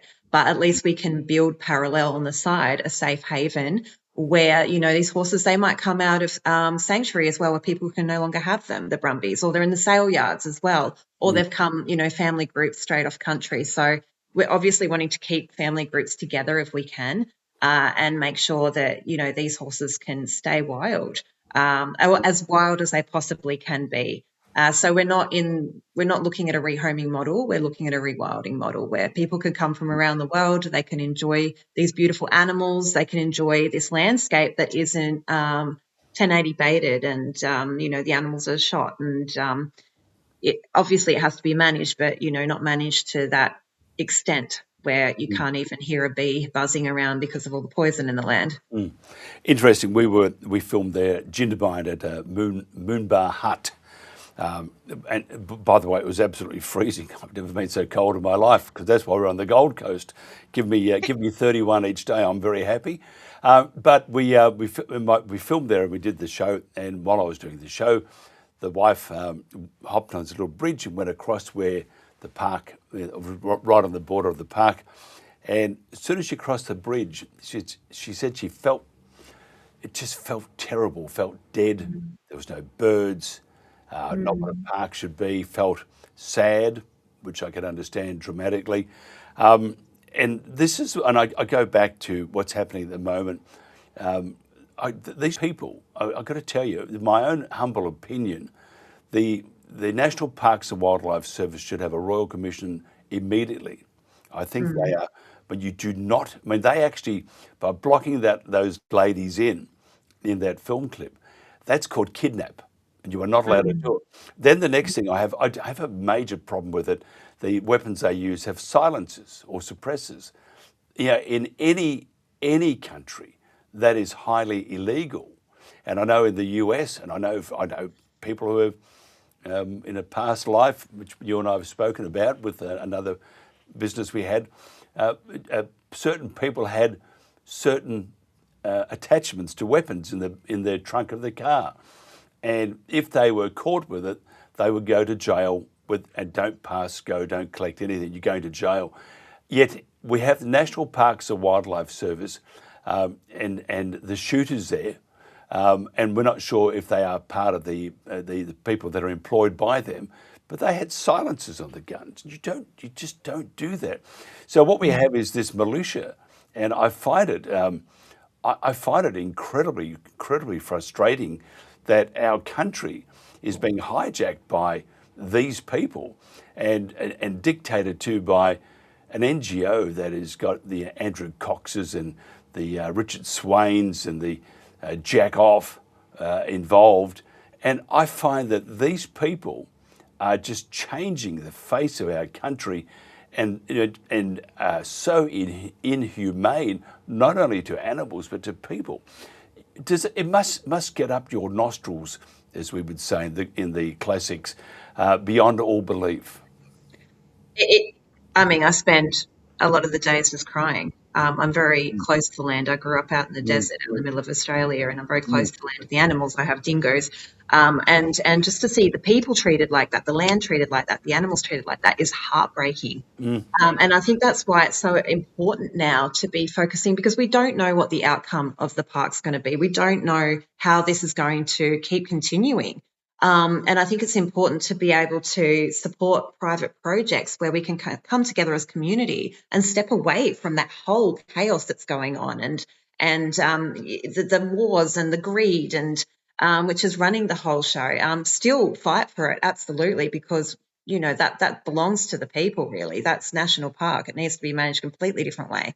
But we support another model that's going on, and I just want to say that again that these animals are so special. I don't know how much time we've got left, but I had an experience with a Brumby which was just so magical. I was out the back Tamworth way, and the kids were asleep in the car, and I saw a whole mob come across the road, and I stopped the car, and I do energy work, so I've learned how to put energy remotely into animals, and I can connect with them. So I saw this beautiful stallion walk across the road. He was a bay, dark, almost black colour with a white star, and he was moving. They were quite calm. He was moving the mares along, and I put that energy from me and intentionally put it into his heart and into him, and felt the connection, and they feel it. I don't know if you know about the studies with the horses' toric field with their heart, how it's 700 metres or something like that, I think it is, or 70 metres, but it's very big, and so he felt it immediately. And then I put this playful energy in it, and he moved his mares on, and we ended up having this beautiful experience where he was dancing around a tree, and I was sort of playing. I'd go up to him and play on the other side, and then he'd come around the other side and I'd play on the other side, and he was dancing around, and it was just this most magical moment. And the way that they move and the way that they're a part of the landscape was really an eye-opener for me in that particular instance. I've been around them a few times, but how they just merge in with that landscape, and they're a part of the magic of the bush. You know, they've evolved with that. And I think that's, you know, really important that we start looking at these species as they've adapted with the landscape. They're not a domestic cause. They're their own species that need to be positively studied in an environment, which is part of our movement and what we want to do with this model, that they can be studied for their positive impacts, you know, with fire control, with soil, with what they can do with the land there without the disruption of culling and 1080 baiting. We haven't even given them that chance. I totally agree with you. And one final thing, we have this propensity in this country at the moment, and supported by the apathy shown by many Australians, and they should be ashamed of themselves. That's just me being upfront with that. But the propensity to killing, you have 3 dingoes And if you read the press, dingoes are very bad. And I can see them on the hit list for the ISC and other state governments. Tell me just fairly succinctly, if you don't mind, what a dingo is actually all about. So, I mean, once again, there haven't been enough studies done on the dingo. My personal belief is I believe they've been here the whole time. Being around them, they're nothing like a dog. I mean, they're up on the benches, they can jump into trees, they can contort, they're flexible, their heads can actually go backwards onto their body. I mean, they're not, and everything about them is completely different from a dog. I think they're vital as our apex predator and as a keystone species to be able to control and keep balance in our parks and in our nature, where they're getting 1080 baited everywhere, which is just an absolutely excruciating death and horrible that that's even allowed in this day and age. But they're messing with the ecosystem where those dingoes can, hunt rabbits and they hunt cats. And they keep the balance and they keep the healthy. They take off the weak, even with the Brumbies and things like that. They take out the weak ones, or they keep balance. And parks is an invasive species is just ruining that. And we do have methods. I know it's a bit of a controversial thing with the farmers because some dingoes can come in with their sheep and their cattle and things like that. But when we look at guardian animals. There's a whole avenue there that hasn't been explored as well where we can coexist. So I think that's the big thing is coexisting and giving nature a chance as well. And I think you might have had a guest on not long ago and his philosophy was, let nature do its thing. And I think that's what I sort of want to end on here is that nature is a super consciousness. We think as man that we need to control and we need to manage and we need to dominate. But nature is a super consciousness, far more intelligent than we are. And if we gave that nature a chance to actually balance itself out, I think we'd be very, very surprised at what comes from that. Absolutely brilliant. And we can find out more from whitehorseprotectionaustralia.org. Xian, thank you so much for your time. Do you have a Facebook page? Because Facebook is all the rage, I believe. Wild Horse Protection Australia. You can find us wildhorseprotectionaustralia.org online and see what we're up to. We'll be adding more and more to that. You can find us on Instagram at the moment, Wild Horse Protection Australia, or you can follow me as well on Instagram and Facebook. But we will also be launching our GoFundMe in a couple of days if community wants to be a part of it. And we're totally open to questions, to come and ask us to be a part of it. To be a part of our organisation in some ways or the model that we're doing, we're totally open to that. So, absolutely brilliant. Been a real pleasure. Thank you so much. Second time Thank you. but this is just very illuminating, and I appreciate your honesty and your foresight. And I think what you have is a great business model. Excuse me, but not only for business, it's also what I think is needed in Australia at the moment because everything else is failing. We've got to stop that downward trend at the moment because if we keep going the way we are and Australia keeps being apathetic as it is, Australia is changing and it will change forever, and there is no coming back once it's changed. So we have to be on our mettle. Xian, thank you so much for your time. Appreciate it. This is the Country Telegraph.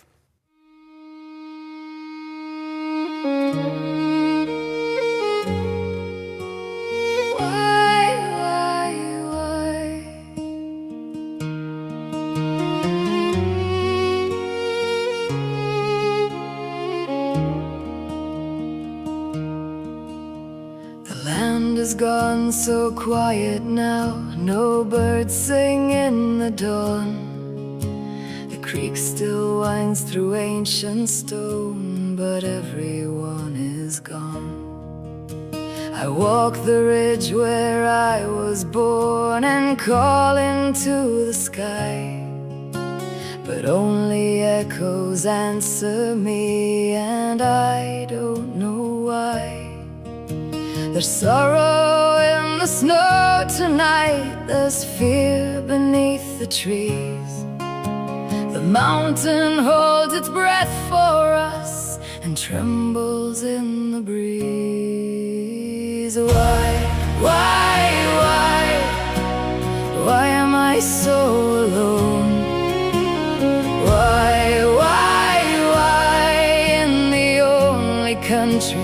I have known. What did I do wrong?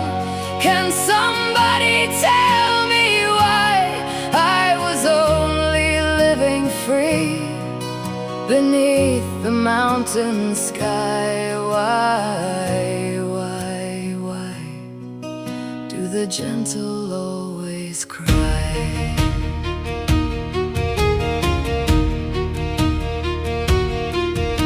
They speak of me in hard words now, as if I have no name, as if my heart is not a heart, as if I feel no pain. But I have loved our country well. The grass is rain and stone. I carried life across these hills and never walked alone. My mother's breath is in this wind, my father's in this ground. The bloodline of the mountain horse still echoes all around.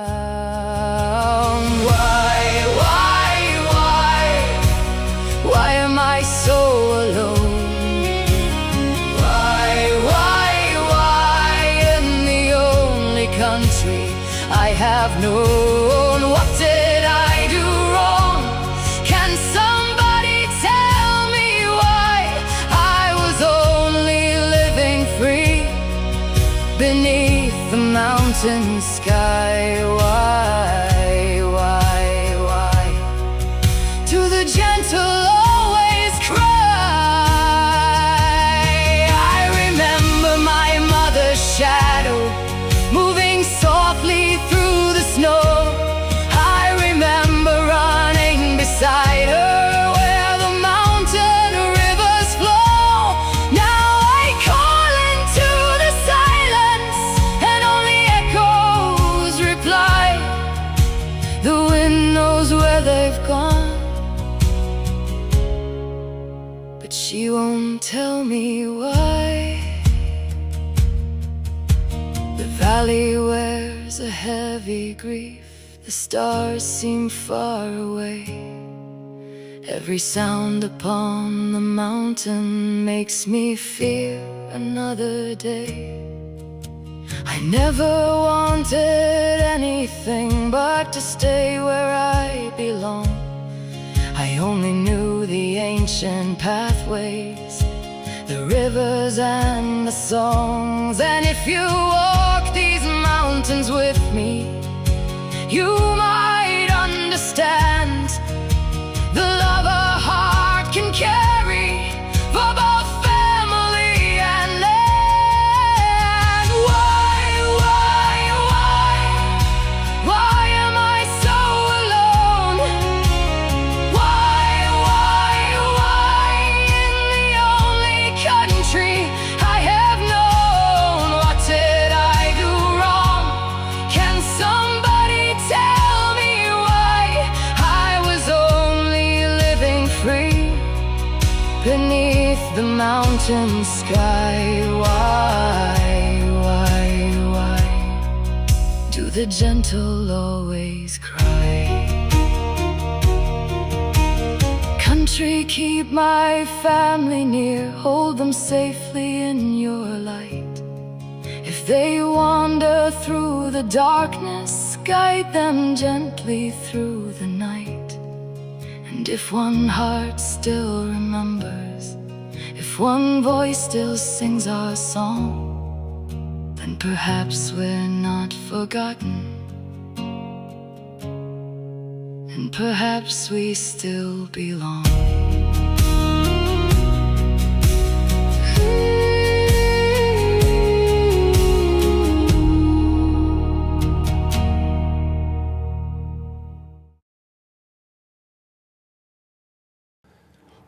That's Billy D. Why, Billy D. We will have her on next week. We're going to do it today. But, you know, the best laid plans of mice and men. But next week, cross my heart, hope to die. By the way, just reminding you that we have a poll happening at the moment. This week's poll is, do you want the Brumby cull to stop immediately? with thanks to Instantpolls.online. Just go and look at our screen next to me at the moment.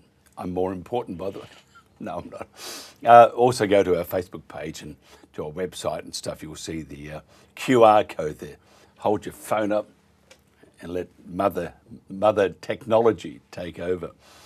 David Lewis Mackay is a co-founder and director of Smart Soil. Now, Smart Soil is an innovative agricultural sustainability company that places soil health at the core of its solutions.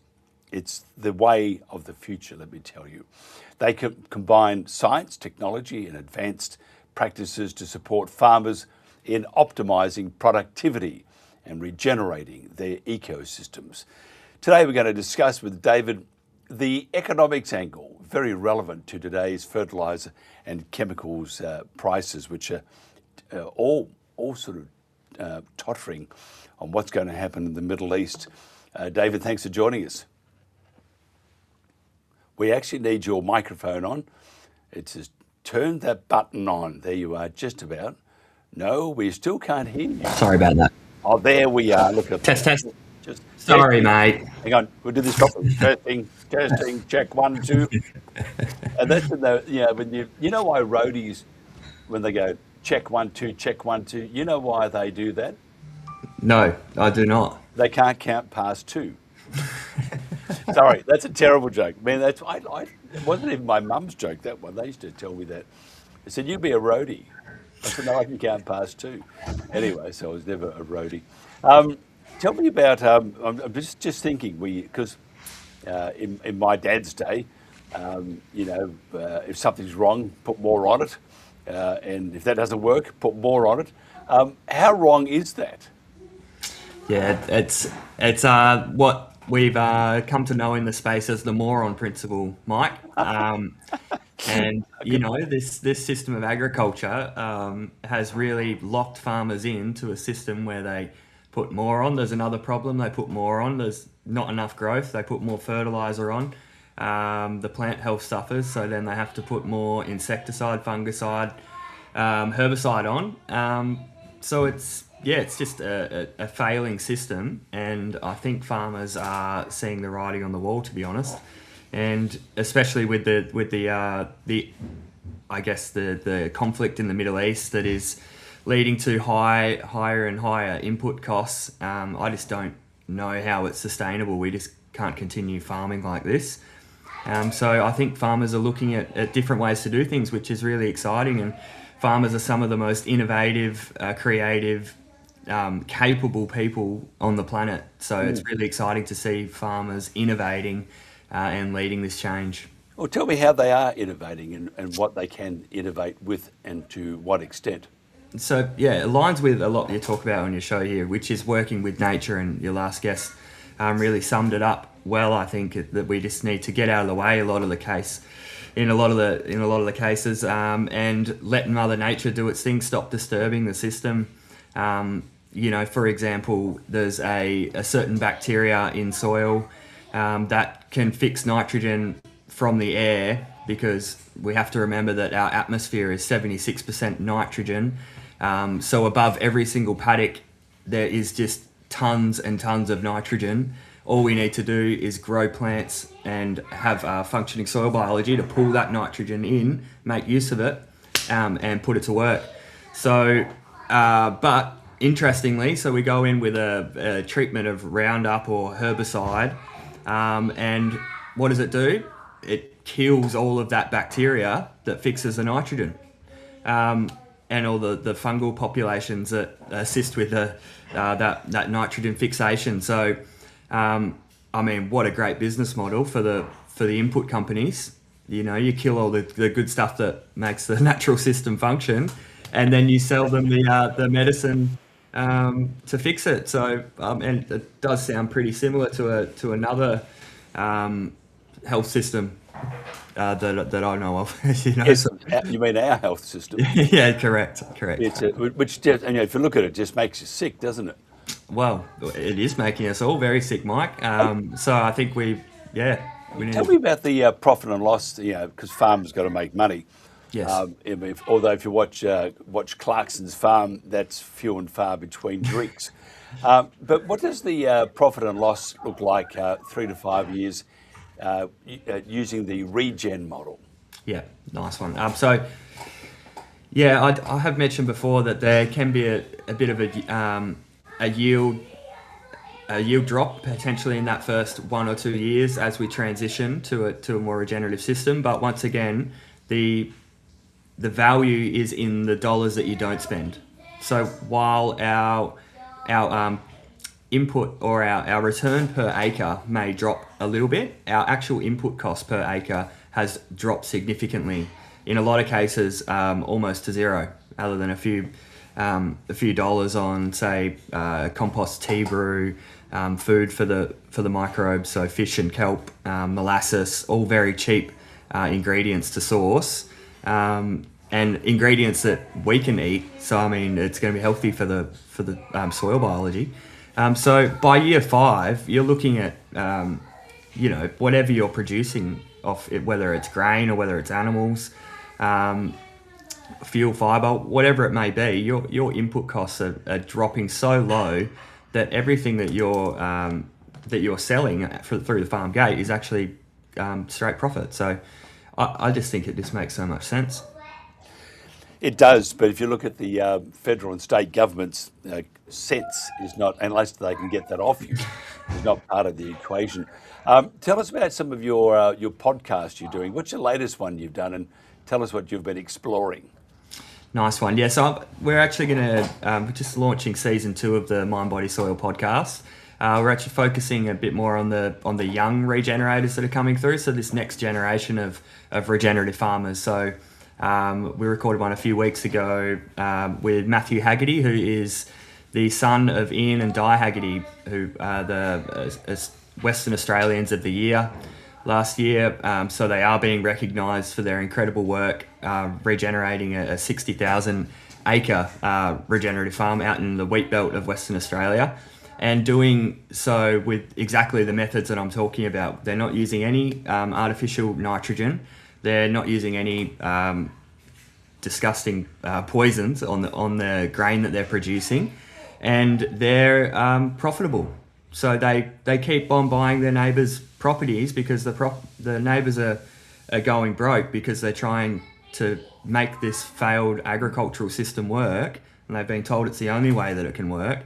And they go broke, and the Haggertys expand, and they're just having incredible results on the land. It is just it really is incredible. As you enter their property or even the surrounding region of their property, you get this sense of life as you enter their boundary, as their boundaries are so big as well. Like, you don't even know that you're on their place, but you do, because the flowers are different, there's more birds, the insect life.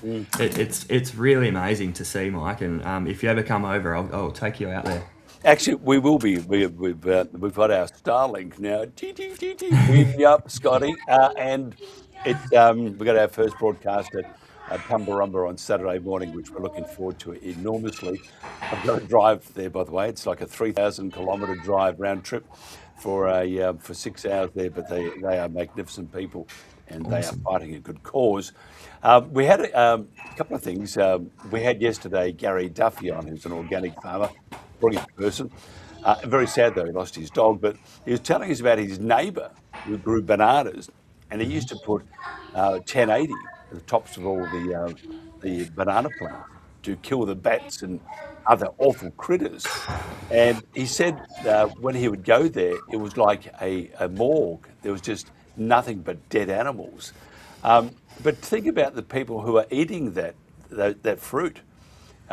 It's just it's very scary, isn't it? What we're doing with things we eat. Because yesterday we said, are we eating pesticides? Well, if you look at paraquat, look at glyphosates in Roundup, look at 1080. But truly organic is probably the way to go, isn't it? 100%. You look at some of the most productive ecosystems on Earth, there's no one out there spraying stuff on it to keep it alive or make it grow, is there? So the more that we can mimic that natural system, I think the better off we'll be, not just in terms of profitability on farm, but health-wise for the food that we're producing. For example, the paraquat thing is crazy, and even I really struggle with I guess it's an excuse, or it's a claim that the world will starve if we don't have paraquat, glyphosate, these crazy toxic chemicals. But paraquat is so toxic that it is something like, it's like the number one suicidal method for Indian farmers in third world countries. If it's like taking a cyanide pill, yet we go out and we spray it on our soil. It is absolutely crazy, and I think the hen's gonna come home to roost at some point. And if you just look at the graphs that show from when we started spraying glyphosate and desiccating wheat, so around the early 90s, if you look at the charts of autism, non-Hodgkin's lymphoma, all these horrible diseases, a lot that impact the most vulnerable and youngest members of society, they all started around when we started spraying this stuff on our food. So it's a real worry, and I think the sooner we start easing off on that damage that we are doing to the ecosystem, the better. I totally agree. The other thing too is the ISC, the Invasive Species Council. You probably get the impression that I don't like them, which is the understatement. I think there's slime balls. They're very bad people, and I wouldn't trust them as far as I could throw them. And we are going after them. They're awful. But the Invasive Species Council, besides other than disliking them enormously and hoping they all drown in a leaky boat, they're very nice people. But anyway, the Invasive Species Council have called for a cull for horses at Lake Muir in WA. What is it with Australians? I mean, especially government, they just love to kill, don't they? Oh, yeah, it boggles the mind, Mike. I didn't know that they were going to start culling the Brumbies down there, so it's news to me. And I actually drove through there a couple of weeks ago, and it was the first time that I spotted the Brumbies down in Lake Muir, and I got so excited. It brought me joy. And the fact that they're going to go out there and start shooting them is crazy. Well, it's from the ISC, and that they have got nothing to do with the environment at all. It's all about money. So maybe you and I can chat, and Jen can chat about because we will be there anyway. But we need to stop all these things, because the way of the world should be towards getting back to as it should be, not becoming the choreographed society and environment as some would like us to be. And I think the clash there is enormous. We need to get back to being a little more human, because at the moment there's not a whole lot of humanity involved, is there? No, more human and more humble, Mike. We can't keep thinking that we know everything, and we can't keep trying to control everything. As your previous guest said, the more that we keep butting into nature and trying to control it and smacking our head against the wall and fight, kill, it's just not the way that nature intended. So we need to align ourselves with the natural laws and just try leave this planet in some sort of good nick, and keep the animals alive. It's not that hard. I mean, it's just amazing that they choose that as the thing that they want to try and fix. It's the horses that are causing all this degradation. Meanwhile, they let these foreign national companies come in and strip our land bare, take all the trees and all the minerals out of the soil, but it's the Brumbies that we need to go out and kill. I mean, come on. Yeah, it's just the mind boggles, but it's it purely is pure evil. That's all it is. Just quickly, and the final thing is, I've been looking at the artwork behind you. Is that your handiwork? I mean, have you improved and you're doing those, or do you have help? I get a little bit of help, Mike. That is our kids' art wall, and they are absolutely avid artists. They love drawing, and doing all that. And I wish I could draw that good. Makes mine look pretty good. So yes, they're living the dream on the land, and I feel very blessed and very grateful to be able to offer my kids that sort of childhood.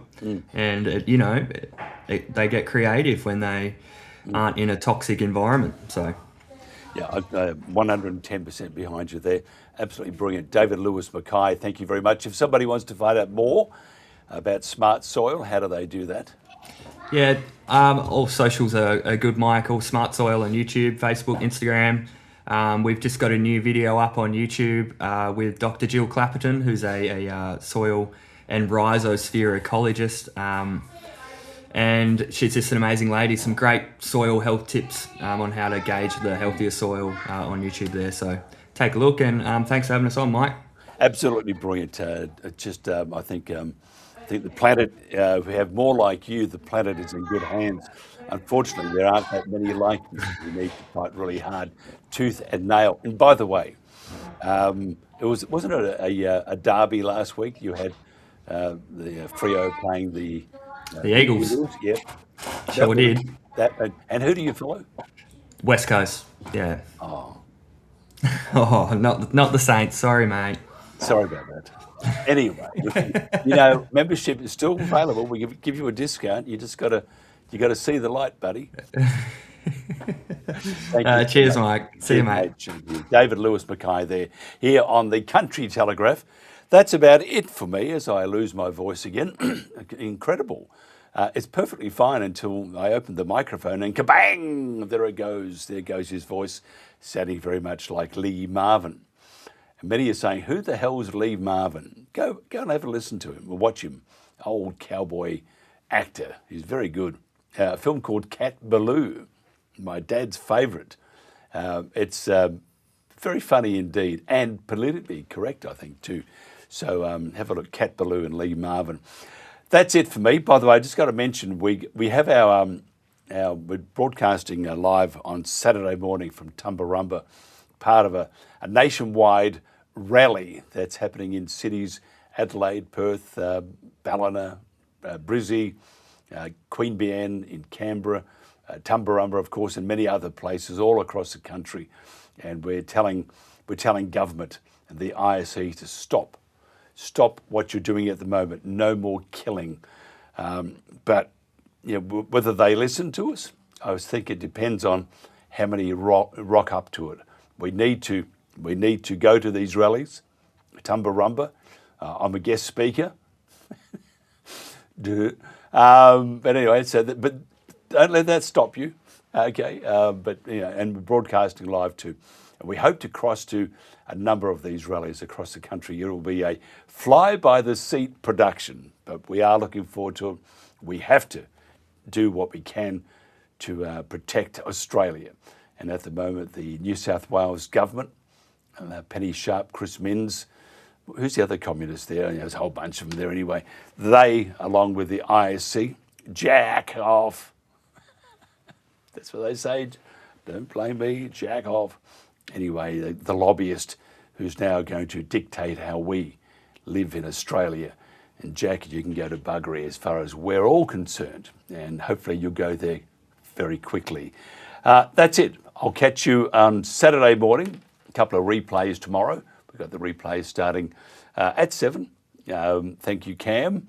And they'll be probably from Monday and today's one too, talking about all sorts of things. So if you missed it, it's on again, the whole show. And we'll catch you on Saturday morning around about 10 a.m. It could be 9:30, could be 9, could be 10:30. But anyway, just stay tuned for all the excitement. It's all happening at Tumbarumba. Thank you so much.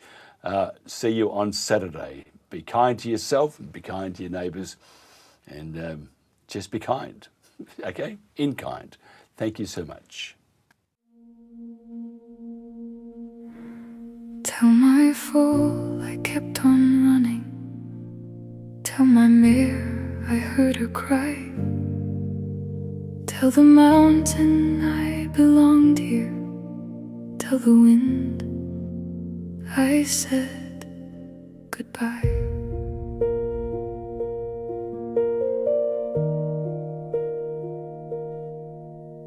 Brumby hoof prints etched for generations in the snow. I've watched the foals become the mares, the stallions old and slow.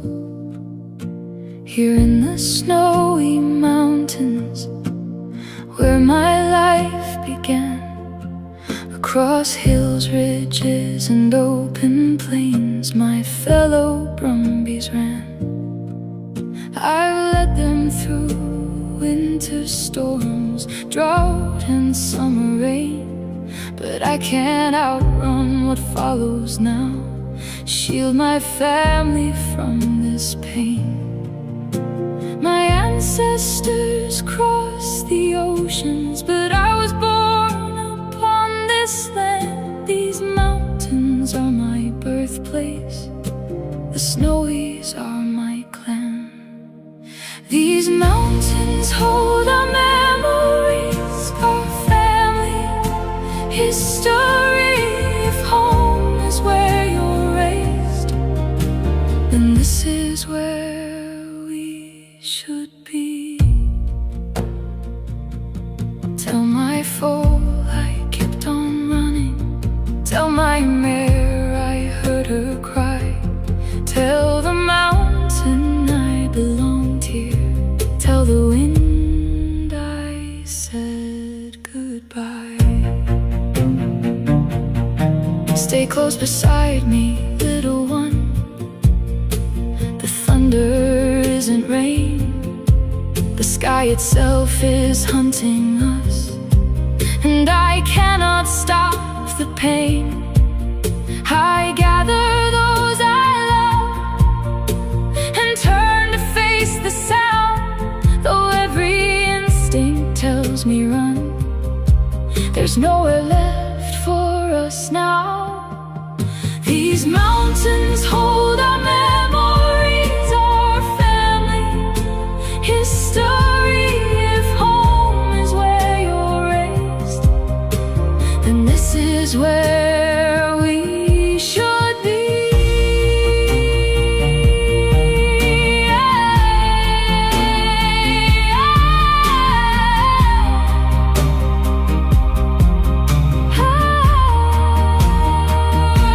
I don't know the reason, I hear the echo of final sound, deadly thunder overhead as I fall upon the ground.